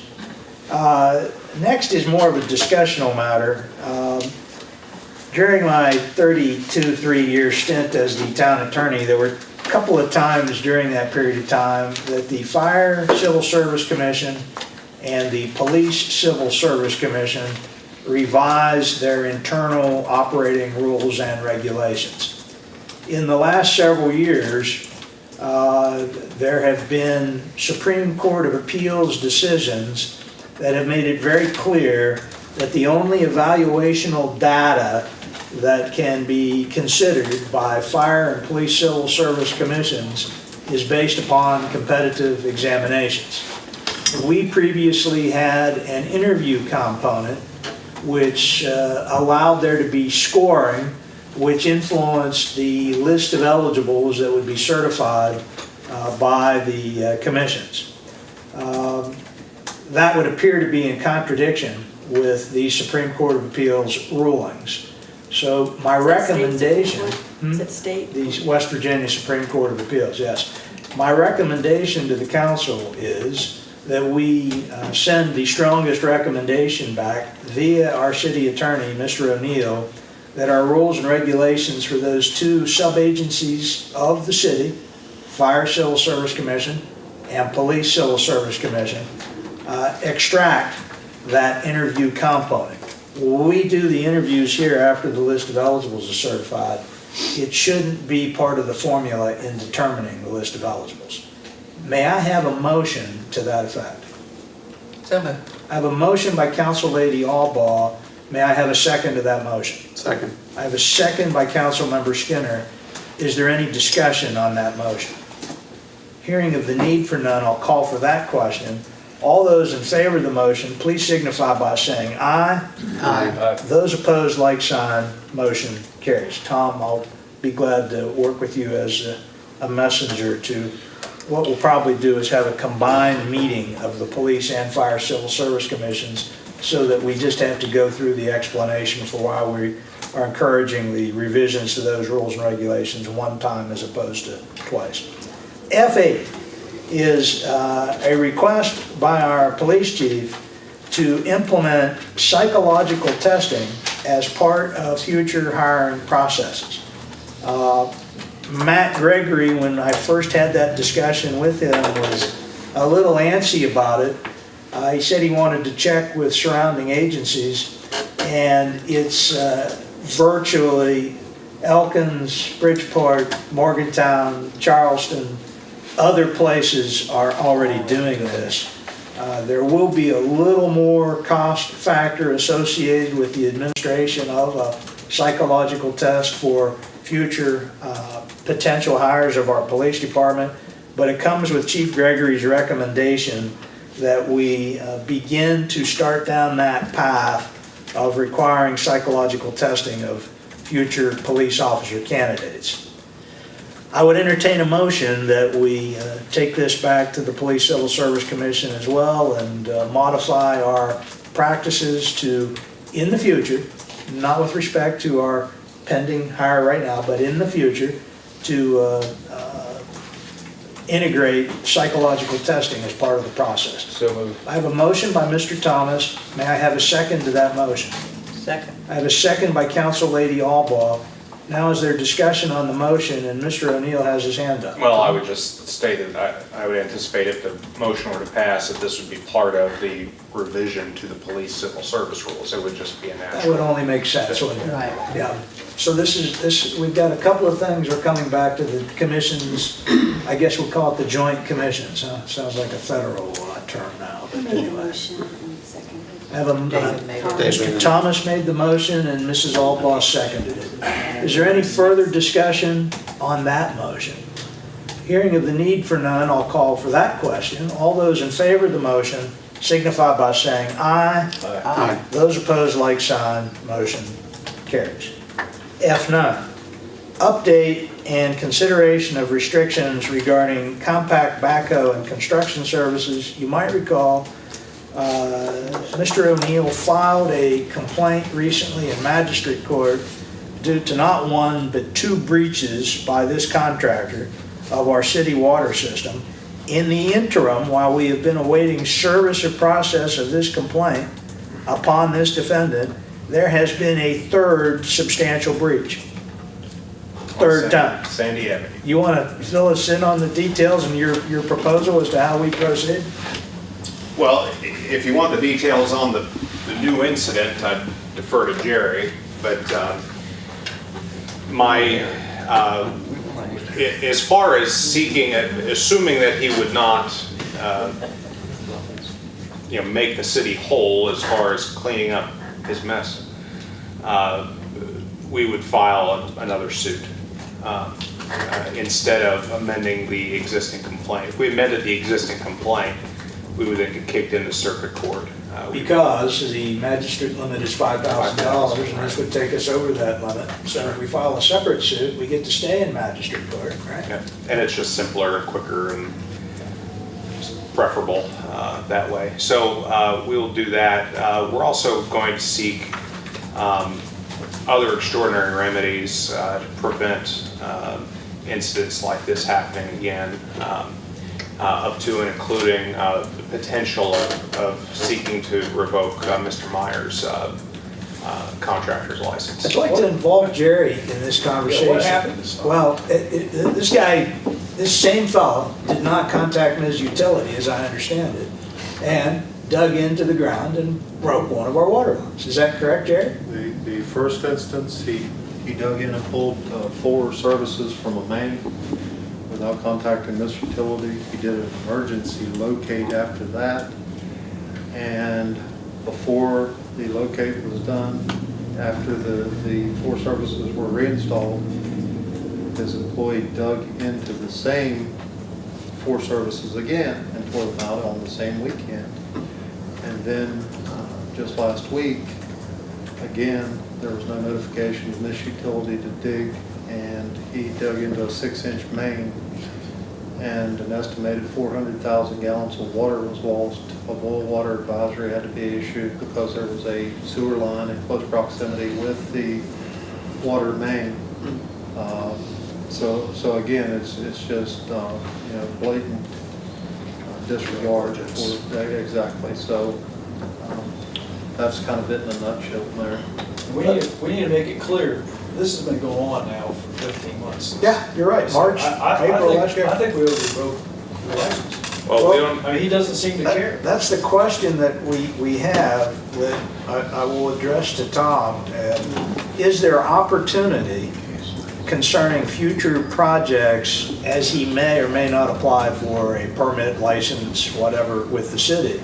Can we deny that to him, or can we work with the state of West Virginia to consider the broader revocation of privileges at the state level? well, I think the answer is yes to both of those questions. I think to the extent that he is required to obtain a building permit for the work that he does, and I'm advised that his work typically doesn't require the issuance of a building permit. Is that right? So there's nothing to deny from that angle. He is required to hold a West Virginia contractor's license issued by the West Virginia State Tax Department. And we could seek, in the absence of corrective measures on his part and reformative behavior on his part to seek revocation of that license with the state. And that's, I think the city should reserve that option.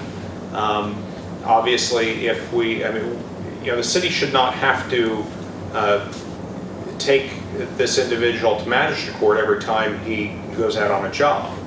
And even if the city are to be made whole for these 3 separate instances, how much does the city and the water department have to bear before this individual will fulfill his obligations under West Virginia code to call misutility before he digs? And he should have That's a federal law liability. too, isn't it? He should have liability insurance. He does. Well, he does, and the interest of full disclosure is, you know, Mr. Skinner is, you know, is his insurance agent. Well, I think we should move aggressively because he doesn't pay any attention. Well, right, but there's nothing, we are moving as aggressively as we can, but if he has not accepted service on the first suit yet. It's been over a month and a half since it's been filed. But we've been talking about it for 15 minutes. Well, granted, but we're going to move from service by certified mail to personal service. And I've reached out to the prosecutor's office regarding what options there may be at that level with regard to, you know, reckless disregard in failing to call misutility. And look at the money it cost us. Well, that's what we're trying to Thousands. recover. That's what we're Right. attempting to, we're trying to recover the money. What we can't recover is the time and the opportunity cost to the city departments of projects they, you know, could be working on instead of cleaning up after this guy. Can you also make sure that you work with the West Virginia Department or whichever it is that Tax gives department. licensing and that kind of Well, stuff? you know, we will use every lever at our disposal to obtain that which we wish to obtain from Yes, Ms. I Myers. think it would be appropriate for the council to entertain a motion that would accomplish 2 things. Number 1, to make the city as whole as we possibly can, and 2, to minimize the opportunity for this contractor to inflict further harm upon our utility systems. May I have a motion to that effect? I'll make that motion. I have a motion by Mr. Thomas. May I have a second to the motion? I have a second by Council Lady Albaugh. Is there discussion on the motion? And Mr. Skinner, would you feel more comfortable? I will be abstaining. By recusing Yes. yourself from this vote? Yes, please. That's understandable. Is there any further discussion on the motion? Hearing of the need for none, I'll call for that question. All in favor of the motion signify by saying aye. Aye. Aye. Those opposed, like sign. Motion carries. The minutes will reflect Mr. Skinner's abstention. And I would just say for the record, you know, we'll seek, even to the point of going to the circuit court and seeking injunctive relief to prevent him from operating in the vicinity of any infrastructure belonging to the city of Buckhannon. I don't want to send any message to anybody out there that is reading about this meeting or watching this meeting. Everybody screws up occasionally. But this has happened 3 distinct separate times over the past 15 months, and enough's enough. I mean, there's just this gross disregard for the law after the law is explained repeatedly as to what is required. So what are we to do? Okay, that takes us down to F10, which is consideration of the placement of a drug drop-off box in the foyer at City Hall. Matt, do you want to talk about that? Yeah, actually, it's this reason I hung around, didn't notice on the agenda tonight when I saw it, so I should say. You guys have been doing business. I was messaging Elizabeth Shahan, who's the Region 4 Substance Abuse Prevention Coordinator. Her and I have been talking about this for years now. I mean, it's a great thing. It's a way to for people to dispose of used or excess medications without them ending up with somebody they shouldn't be, or in the water system, or any number of bad things that can happen to that kind of stuff. when she and I most recently talked about this, she was was not aware that the police department had moved to the public safety complex. These boxes, which are essentially like the outside mailboxes that the post office has, the big whole thing lever comes down so you can't get things back out of it. They have to be installed somewhere where there's either a law enforcement presence or a pharmacy.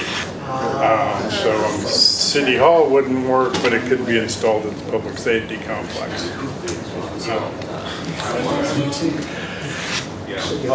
They cannot be installed, anywhere they're installed, there has to be a pharmacy in place, like that to be installed in a hospital or in a pharmacy itself, or there has to be a law enforcement presence. So, and when I'd spoken to Elizabeth about that, actually came up recently, I was at a regional prevention meeting, and she had one sitting there. Well, where's that gonna go?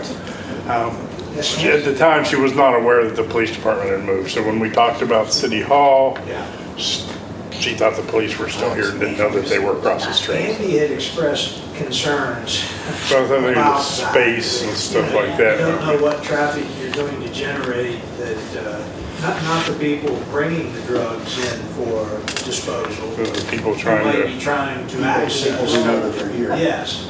So with that clarification, Police department already. here's what I would Police suggest. department already thinks. Matt They Gregory, do twice a year. This is a permanent box that's installed. Well, they make different containers like that, like the mailboxes, you know, you drop your mail in, you can't take it out. Is there disposable company that picks them up? It's usually handled by the state police. The police department currently takes it Yeah. and locks it into 3 areas and they dispose of it properly.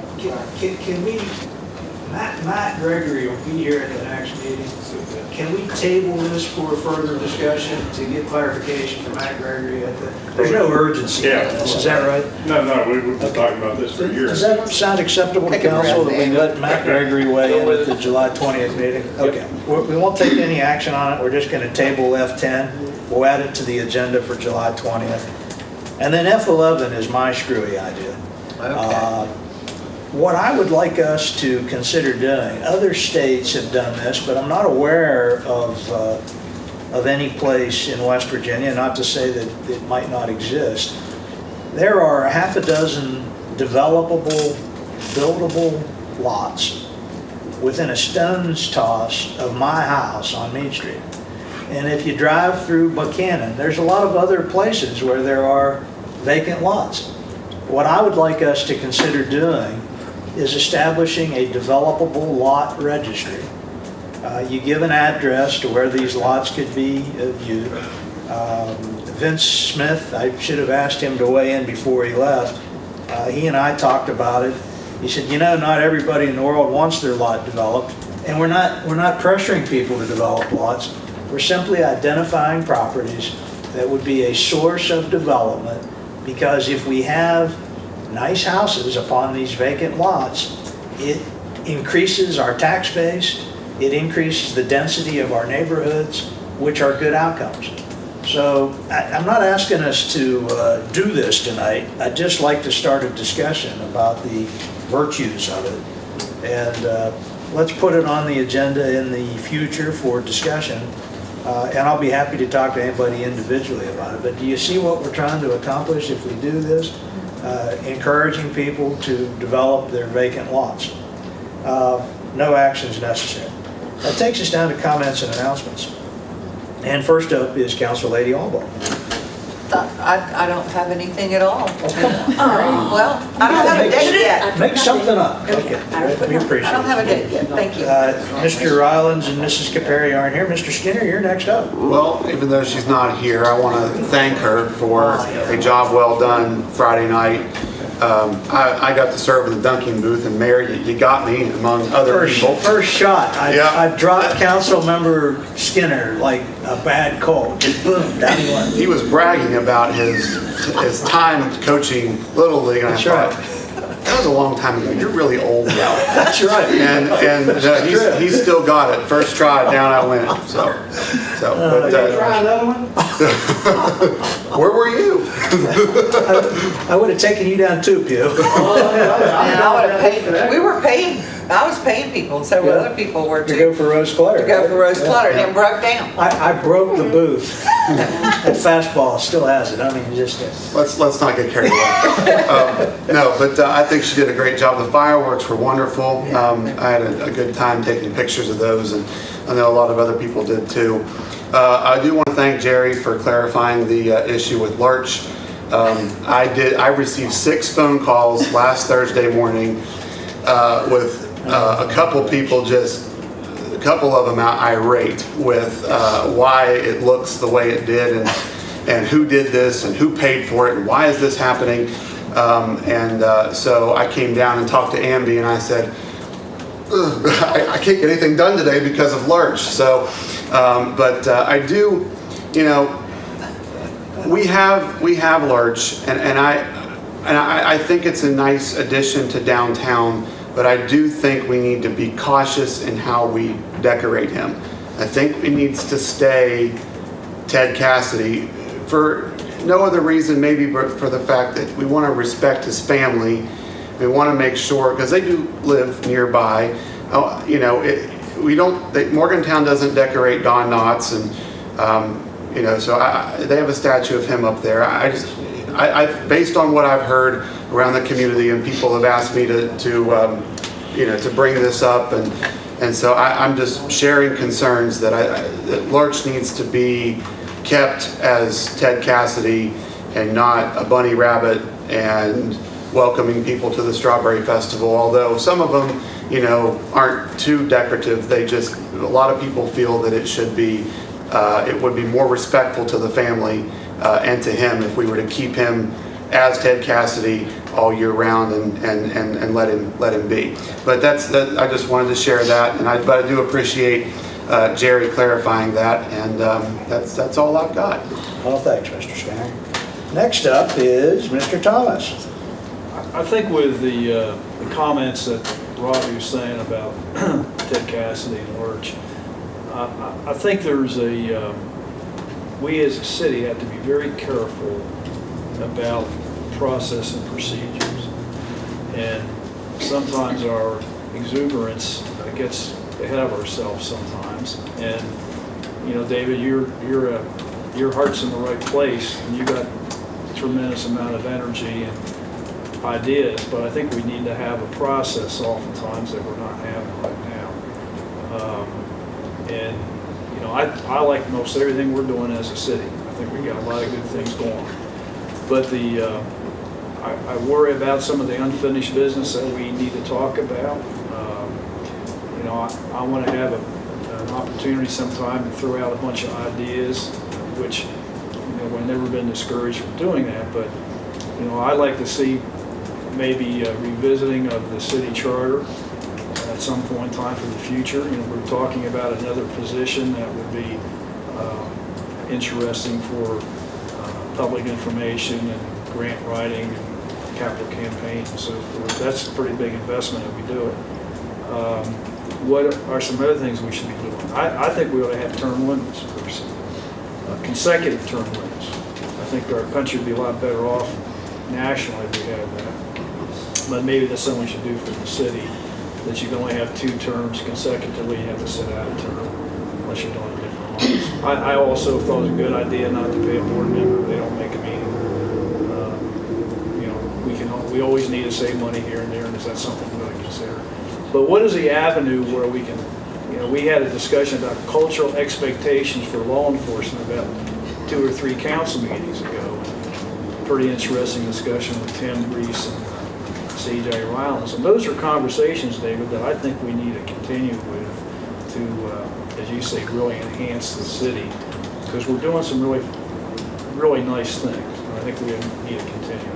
But I'd like to have more discussions if we can in the future on some of these ideas.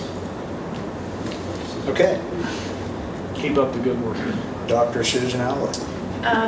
I also want to thank Pam Kapari and her committee, and I understand it was a small committee. They did a lot of work on the Independence Day celebration, and also C.J. Rylance and Buckhannon on the collaboration with Festival Friday. That was an exhausting Festival Fridays, Maria. So it was, yeah, but it was very. Band was great. Yeah, the band was fabulous. And then also, the city sustainability committee met yesterday, and we identified 3 priorities that we'll be bringing forward through the appropriate channels once we figure out what the appropriate channels might be. So I'll be following up with Jerry, we'll figure that out. That's an interesting comment, Susan, about what are the appropriate channels. Right, well, we don't know if they're operational decisions or if we need to bring them to council, or, so my first step is to ask Jerry. Well, let me say first about the lurch thing. It was my idea to do it to begin with. I've spent about $1,500 of my own money over the past year to finance the holiday editions. There are people that come here from Morgantown and Elkins and Clarksburg once a month to pose with the additional lurch holiday things. Sometimes I think we take ourselves a little too seriously. I mean, it's a fun thing. Ted Cassidy is a guy who made his living dressing up as monsters. And all we're doing is taking his dressing up to another level. So, you know, just factor in the mix. If you got a half a dozen people that calls you complaining about something, maybe they wouldn't complain if it was their picture on it or their idea for a holiday, which we're receptive to. But we've not spent, it's not like we're spending a lot of city money on this. It's something we have fun with. It's, gee, many Christmas. But I hear you. I want to congratulate Travis Carpenter because he has passed his master electrician test, and that makes our city better. He's our second master electrician to join our ranks. Travis Carpenter. And he's passed the electrician. Master electrician. Master electrician. I just, yeah. I was confused by his last name. That's all right. Dr. Joel Thierstein, he's the one that says rhymes with Bierstein, so you know how to pronounce his name, started just yesterday with Wesley. And if you see him out walking his dog, please give him a good Buckhannon greetings. This Saturday, beginning I think at 6 o'clock in the evening and going till midnight, as a reminder, is our Relay for Life project in Jawbone Park. So that's an outstanding thing. I've already reminded you about the Harley Brown dedication next Thursday, 3 o'clock at the water plant. The city picnic for all of our city employees is Thursday, August the 10th from 5 to 8. Lots of fun stuff planned. It's city employees and their families. I think we'll probably, if we haven't done it before then, we're going to be dedicating some of the new improvements at Jawbone, making sure our new period lighting is on and the sidewalks are all done. Trader's Alley may be completed by that time as well. Labor Day, we are hopeful that on Labor Day we will be dedicating the dog park. Yes.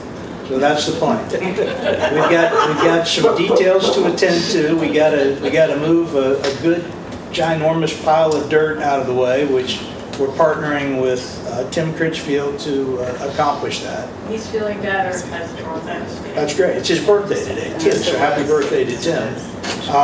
We hope to have the fence up. We may not have the thing 100% done, but we think it's going to be largely occupiable by Labor Day.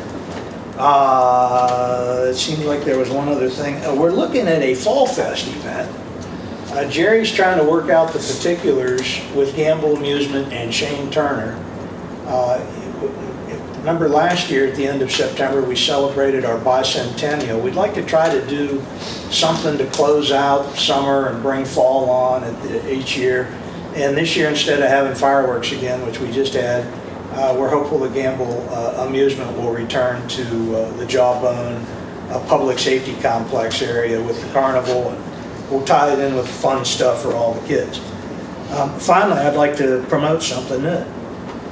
This will be the equivalent of my closing statement for the night. Buckhannon's Sunny Buck Road, something I talked about last August. We have approximately 440 linear feet of Trader's Alley between East Main Street and the pavilion at Jawbone Park.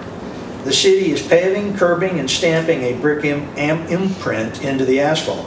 Sidewalk, landscaping, illumination, and art has long been planned as elements of this inviting connector between our beautiful Main Street and our amazing park, where renovations and upgrades are nearing completion. I propose we offer private sponsorships in 10-feet increments at $100 a pop to paint our alley. This requires a special paint suitable for roads, and Jerry Arnold can share the details. In other words, the essential and mostly utilitarian part of the project will be undertaken and paid for by our municipal government, but the more aesthetic element would be paid for by private contributors. The total cost to paint our alley, that is the Sunny Buck Road of Traders Alley, is an estimated $4,400. This would represent yet another public-private collaboration. Rather than paint the road all yellow to mimic the yellow brick road in the Wizard of Oz theme, we'll opt for a rainbow of color. That somewhere over the rainbow thing was part of the Wizard of Oz too, whereby each sponsor gets to select their colors from a provided list. The multicolor approach will be more appealing, unique, and symbolic of our community. Buckhannon's been a blend of many people of color, E.B. Dew, Ace Mumford, etc., of distant origins, the Sisters of the Palatine Mission, of religions, although we've been mostly Methodist and Baptist. I propose to mention that in our signage explaining our Sunny Buck Road. At the top and bottom of our Sunny Buck Road, we'll install signs listing the 44 sponsors who made our alley's colors possible. Our Sunny Buck Road will be our next public arts project that sets Buckhannon apart from any other community. I'm pledging the first 5 increments of the painted road in tribute to my 5 grandchildren, and come August 7, a 6th pledge as my next monkey arrives. I challenge other BU grandparents to match me and honor their own. Let's talk about the Sunny Buck Road. That's all I have. I would entertain a motion that we adjourn. So move. I have a motion by Mr. Thomas. May I have a second to that motion? Second. I have a second by Mr. Skinner. Calling for the question, all those in favor of adjournment signify by saying aye. Those opposed, like sign. We are adjourned. Thank you all.